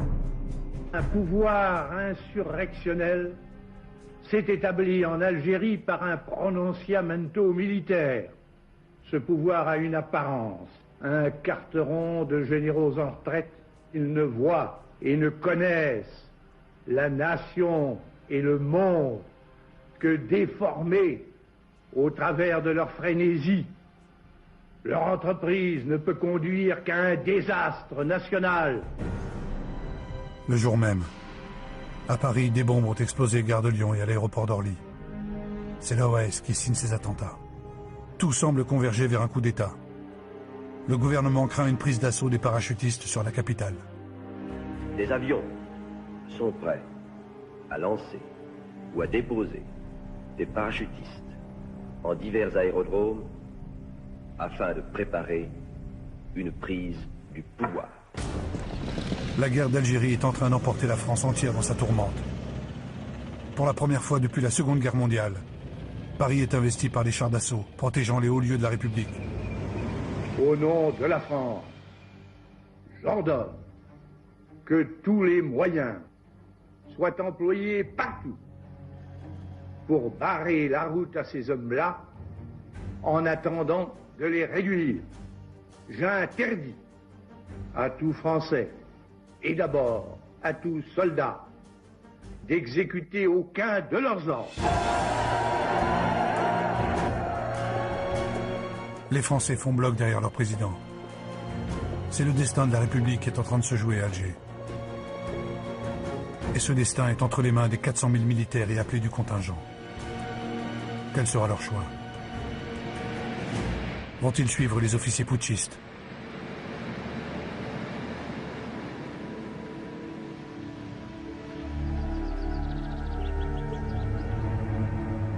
La très grande majorité des soldats profondément républicains refusent de participer au coup d'État. Et sans eux, rien n'est possible. Le putsch tourne au fiasco. Et si le général Chal se rend, Salan, lui, prend la fuite. Il retourne à Madrid, d'où il va continuer sa lutte désespérée. À la tête de l'organisation de l'armée secrète, Salan peut compter sur ses 3000 partisans pour ouvrir un nouveau front.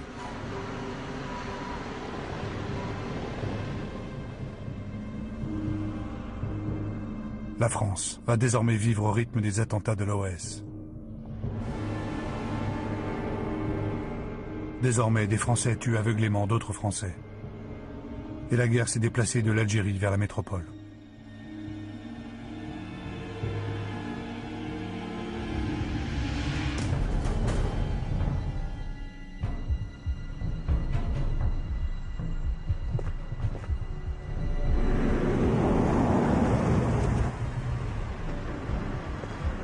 Dans le viseur de l'OAS, la presse, la justice, les policiers, des ministères, des personnalités politiques comme André Malraux, dont le bureau est détruit, ou François Mitterrand, dont le domicile est visé,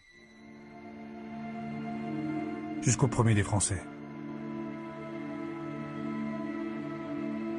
Le 9 septembre 1961, à Pont-sur-Seine, un attentat manque de tuer le président de la République. La bombe a sauté, mais quelques secondes trop tard. Entre Salan et De Gaulle, c'est désormais une lutte à mort.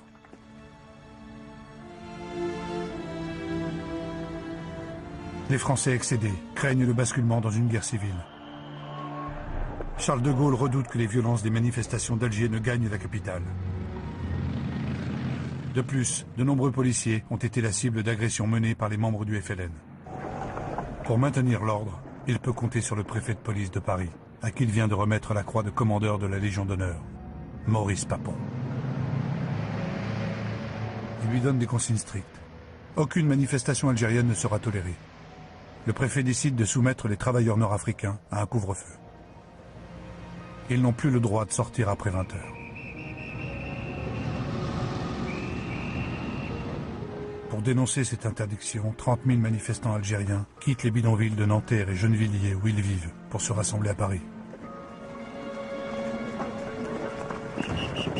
Le préfet Papon ordonne la dislocation de la manifestation. Une rumeur annonce la mort de plusieurs gendarmes. C'est une manipulation destinée à provoquer une réaction violente. Et un vent de folie s'empare des forces de l'ordre. On ne voyait pas que la police française va me taper dessus. Ils marchaient sur les femmes, sur les gens, ils les tapaient. Il y avait des messieurs qui étaient blessés, puis il y en avait qui étaient morts. Comble des violences. Des Algériens sont jetés dans la Seine. Les autorités françaises reconnaîtront officiellement 2 morts. En réalité, il y en aura près d'une centaine.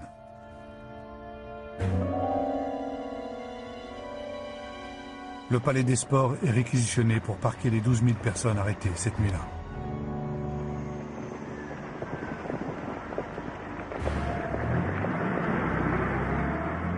Et dès le lendemain, des centaines de manifestants sont expulsés vers l'Algérie.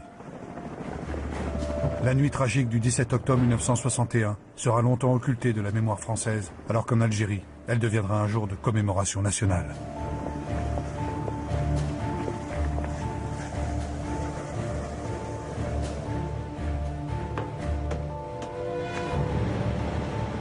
À la fin de l'année 1961, l'annonce de l'ouverture officielle de négociations entre le FLN et le gouvernement français va radicaliser un peu plus l'OAS.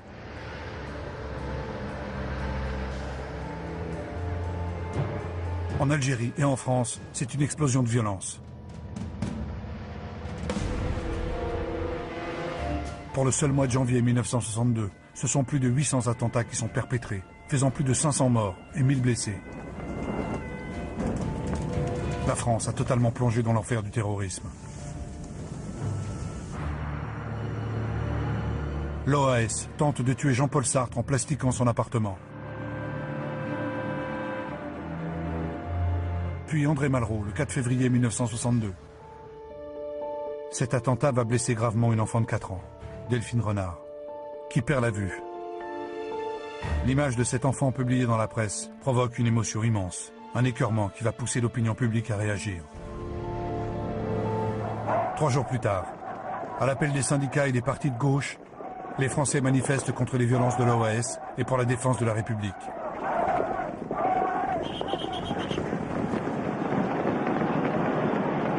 Très vite, sur ordre du préfet Papon, la police charge. Des manifestants tentent de se réfugier dans la station de métro Charonne. 9 d'entre eux sont tués par étouffement et fracas du crâne.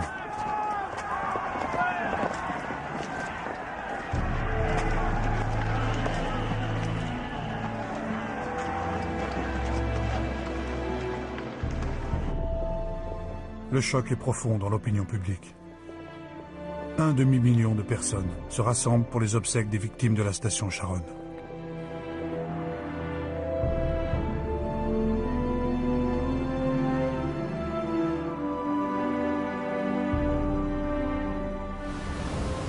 C'est dans ce contexte de très grande tension que le 7 mars 1962 s'ouvrent les négociations entre le gouvernement français et les représentants du FLN.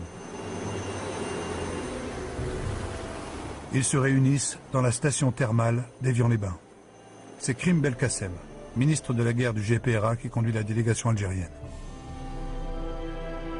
Et c'est Louis Jox, ministre de l'Algérie, qui représente la France.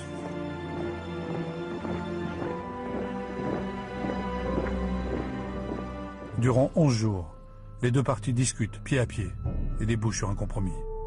Le cessez-le-feu immédiat pour tout le territoire et la mise en place de l'indépendance par référendum. La France pose 2 conditions. La protection des populations européennes d'Algérie et le droit d'exploiter le Sahara pendant 6 ans. En contrepartie, le FLN obtient la poursuite du plan de Constantine, c'est-à-dire l'achèvement de l'aide économique de la France. L'accord est signé le 18 mars 1962. Le FLN a obtenu satisfaction. Il a arraché l'indépendance, conservé l'unité de l'Algérie en gardant le Sahara, et il est devenu l'unique interlocuteur de la France.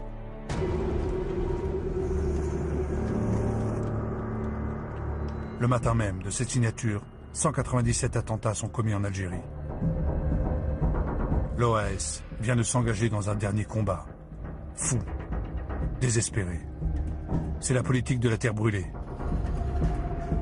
Durant 3 mois, l'organisation met l'Algérie à feu et à sang.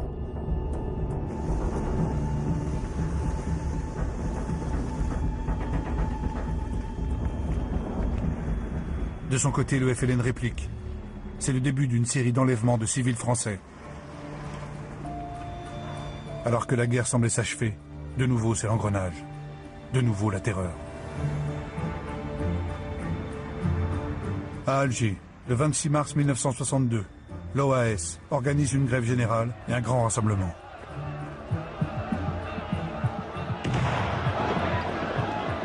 Soudain, tout dérape.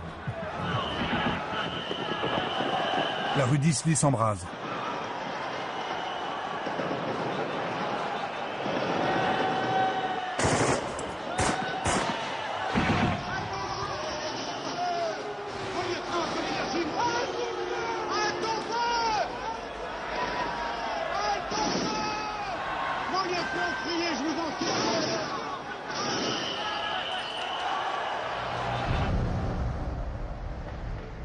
L'affrontement entre Français et gendarmes fait 46 morts et 200 blessés.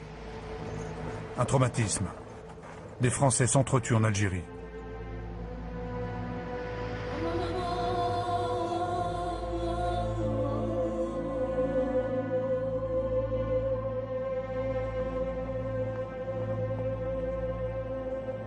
Les pieds noirs ont compris.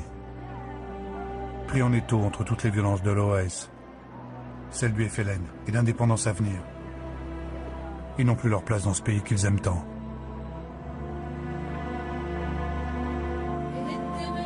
Il faut partir, quitter sa terre natale.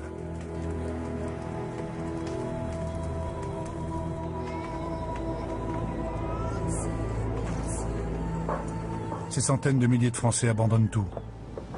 Leur pays, leur maison, leur travail et leur mort.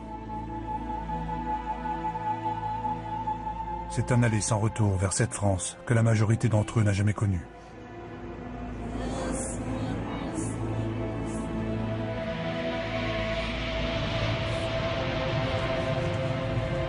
En plein exode, un attentat de l'AOS détruit la tour de contrôle de l'aéroport d'Alger dans le but de clouer les avions au sol.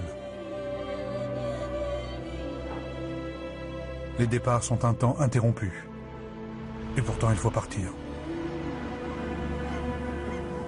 Tous les moyens sont bons, y compris les embarcations de fortune, les bateaux de pêcheurs.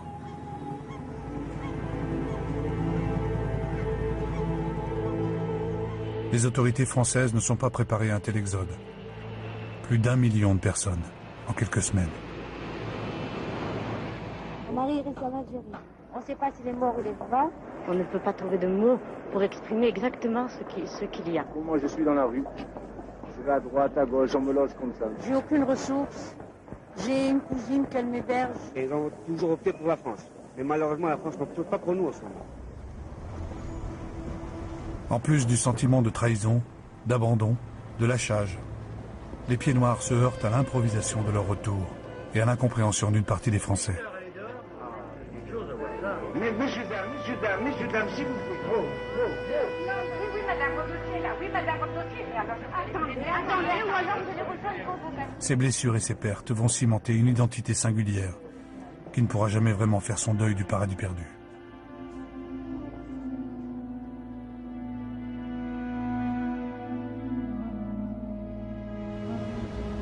L'immense sauve qui peut des pieds noirs va s'intensifier avec l'ultime référendum proposé aux Algériens, celui sur l'indépendance.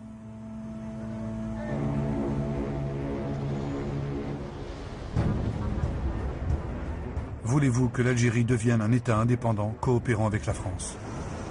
Telle est la question unique, directe, sans ambiguïté qui est posée en Algérie. La réponse elle aussi est sans ambiguïté. 6 millions de votants répondent oui et à peine 16 000 répondent non.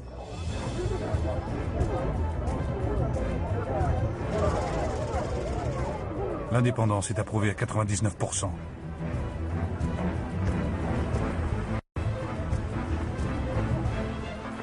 Le 3 juillet 1962, le général de Gaulle reconnaît l'indépendance de l'Algérie. Les pouvoirs exécutifs de la France sont officiellement transmis au président de l'exécutif provisoire, Abderrahmane Farès. Pour l'armée française aussi, c'est le temps du départ. Comme en Indochine, le sang versé, les sacrifices, les exactions, tout cela paraît bien vain désormais.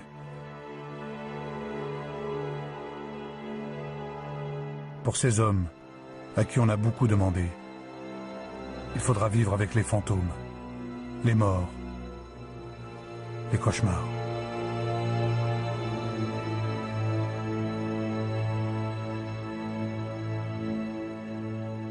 Et puis il y a la honte, celle d'abandonner à un sort tragique ces troupes de supplétifs. Certains officiers vont réussir à évacuer vers la France les harkis et leurs familles. Ils le savent. En Algérie, ils sont voués à la vengeance. De Gaulle, pourtant, va ordonner leur désarmement. Il craint en effet que l'OAS ne récupère les harkis dans ses rangs. Et c'est un télégramme classé secret, signé par le ministre de l'Algérie qui interrompt les évacuations. Demande à haut-commissaire de rappeler que toute initiative individuelle tendant à installer en métropole des Français musulmans sont strictement interdites.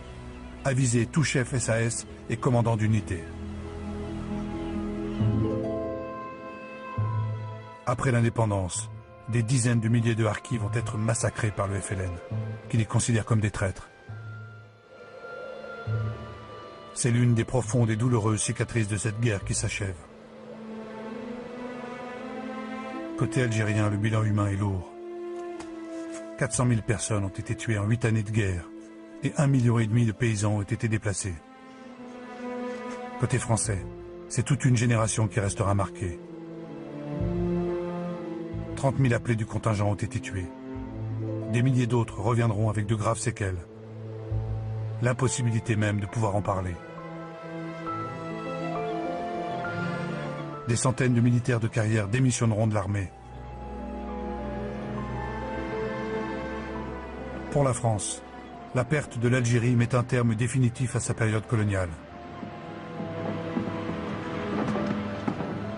Une république nouvelle a vu le jour. Et la France, désormais, se construira à travers son ambition européenne.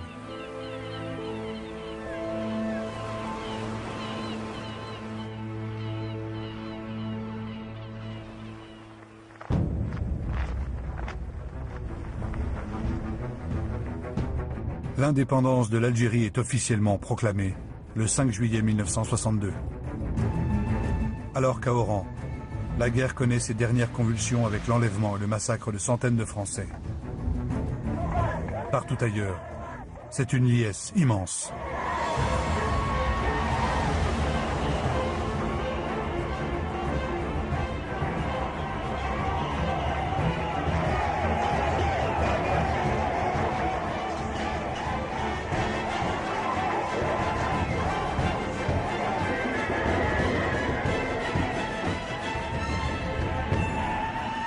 Durant 5 jours, les Algériens fêtent la naissance de leur nation.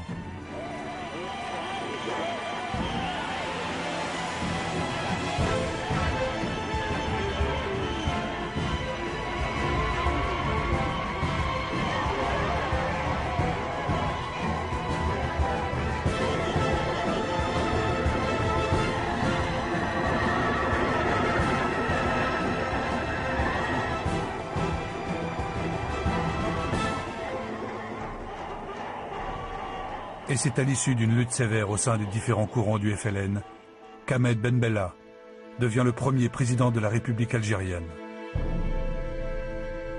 L'ancien adjudant-chef de l'armée française, emprisonné de 1956 à 1962, est accueilli à l'ONU, où sa jeune nation est officiellement reconnue. Au nom du peuple algérien et de son gouvernement, il m'est agréable d'exprimer à votre Assemblée nos vifs remerciements pour le vote unanime qui vient de consacrer notre admission dans la grande famille des Nations Unies. La dure épreuve que notre pays a traversée ne saurait laisser dans nos cœurs ni haine, ni ressentiment. Désormais, le drapeau algérien flotte parmi les pays du monde. Et l'Algérie dispose d'une voix à l'ONU. C'est l'aboutissement de tous ces combats et la fin d'une guerre que la France mettra 40 ans à nommer. «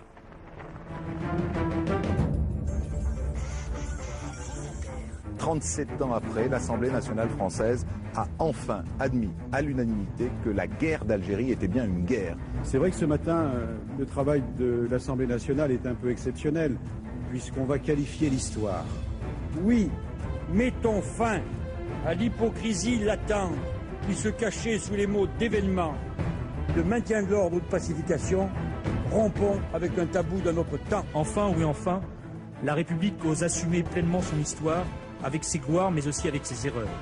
En 1954 donc, c'était bien une guerre que la France avait engagée en Algérie. Ainsi, nous inscrivons dans notre droit aujourd'hui la reconnaissance de la guerre d'Algérie. Aucun peuple, aucune société, aucun individu ne saurait exister et définir son identité en état d'amnésie. Et la réalité, la grande réalité, c'est que la fin tragique de l'histoire commune depuis 1830 entre l'Algérie et la France fut une guerre. Elle n'a pas seulement mis fin à plus de 130 ans de colonisation, mais elle fut aussi, à bien des égards, une déchirure.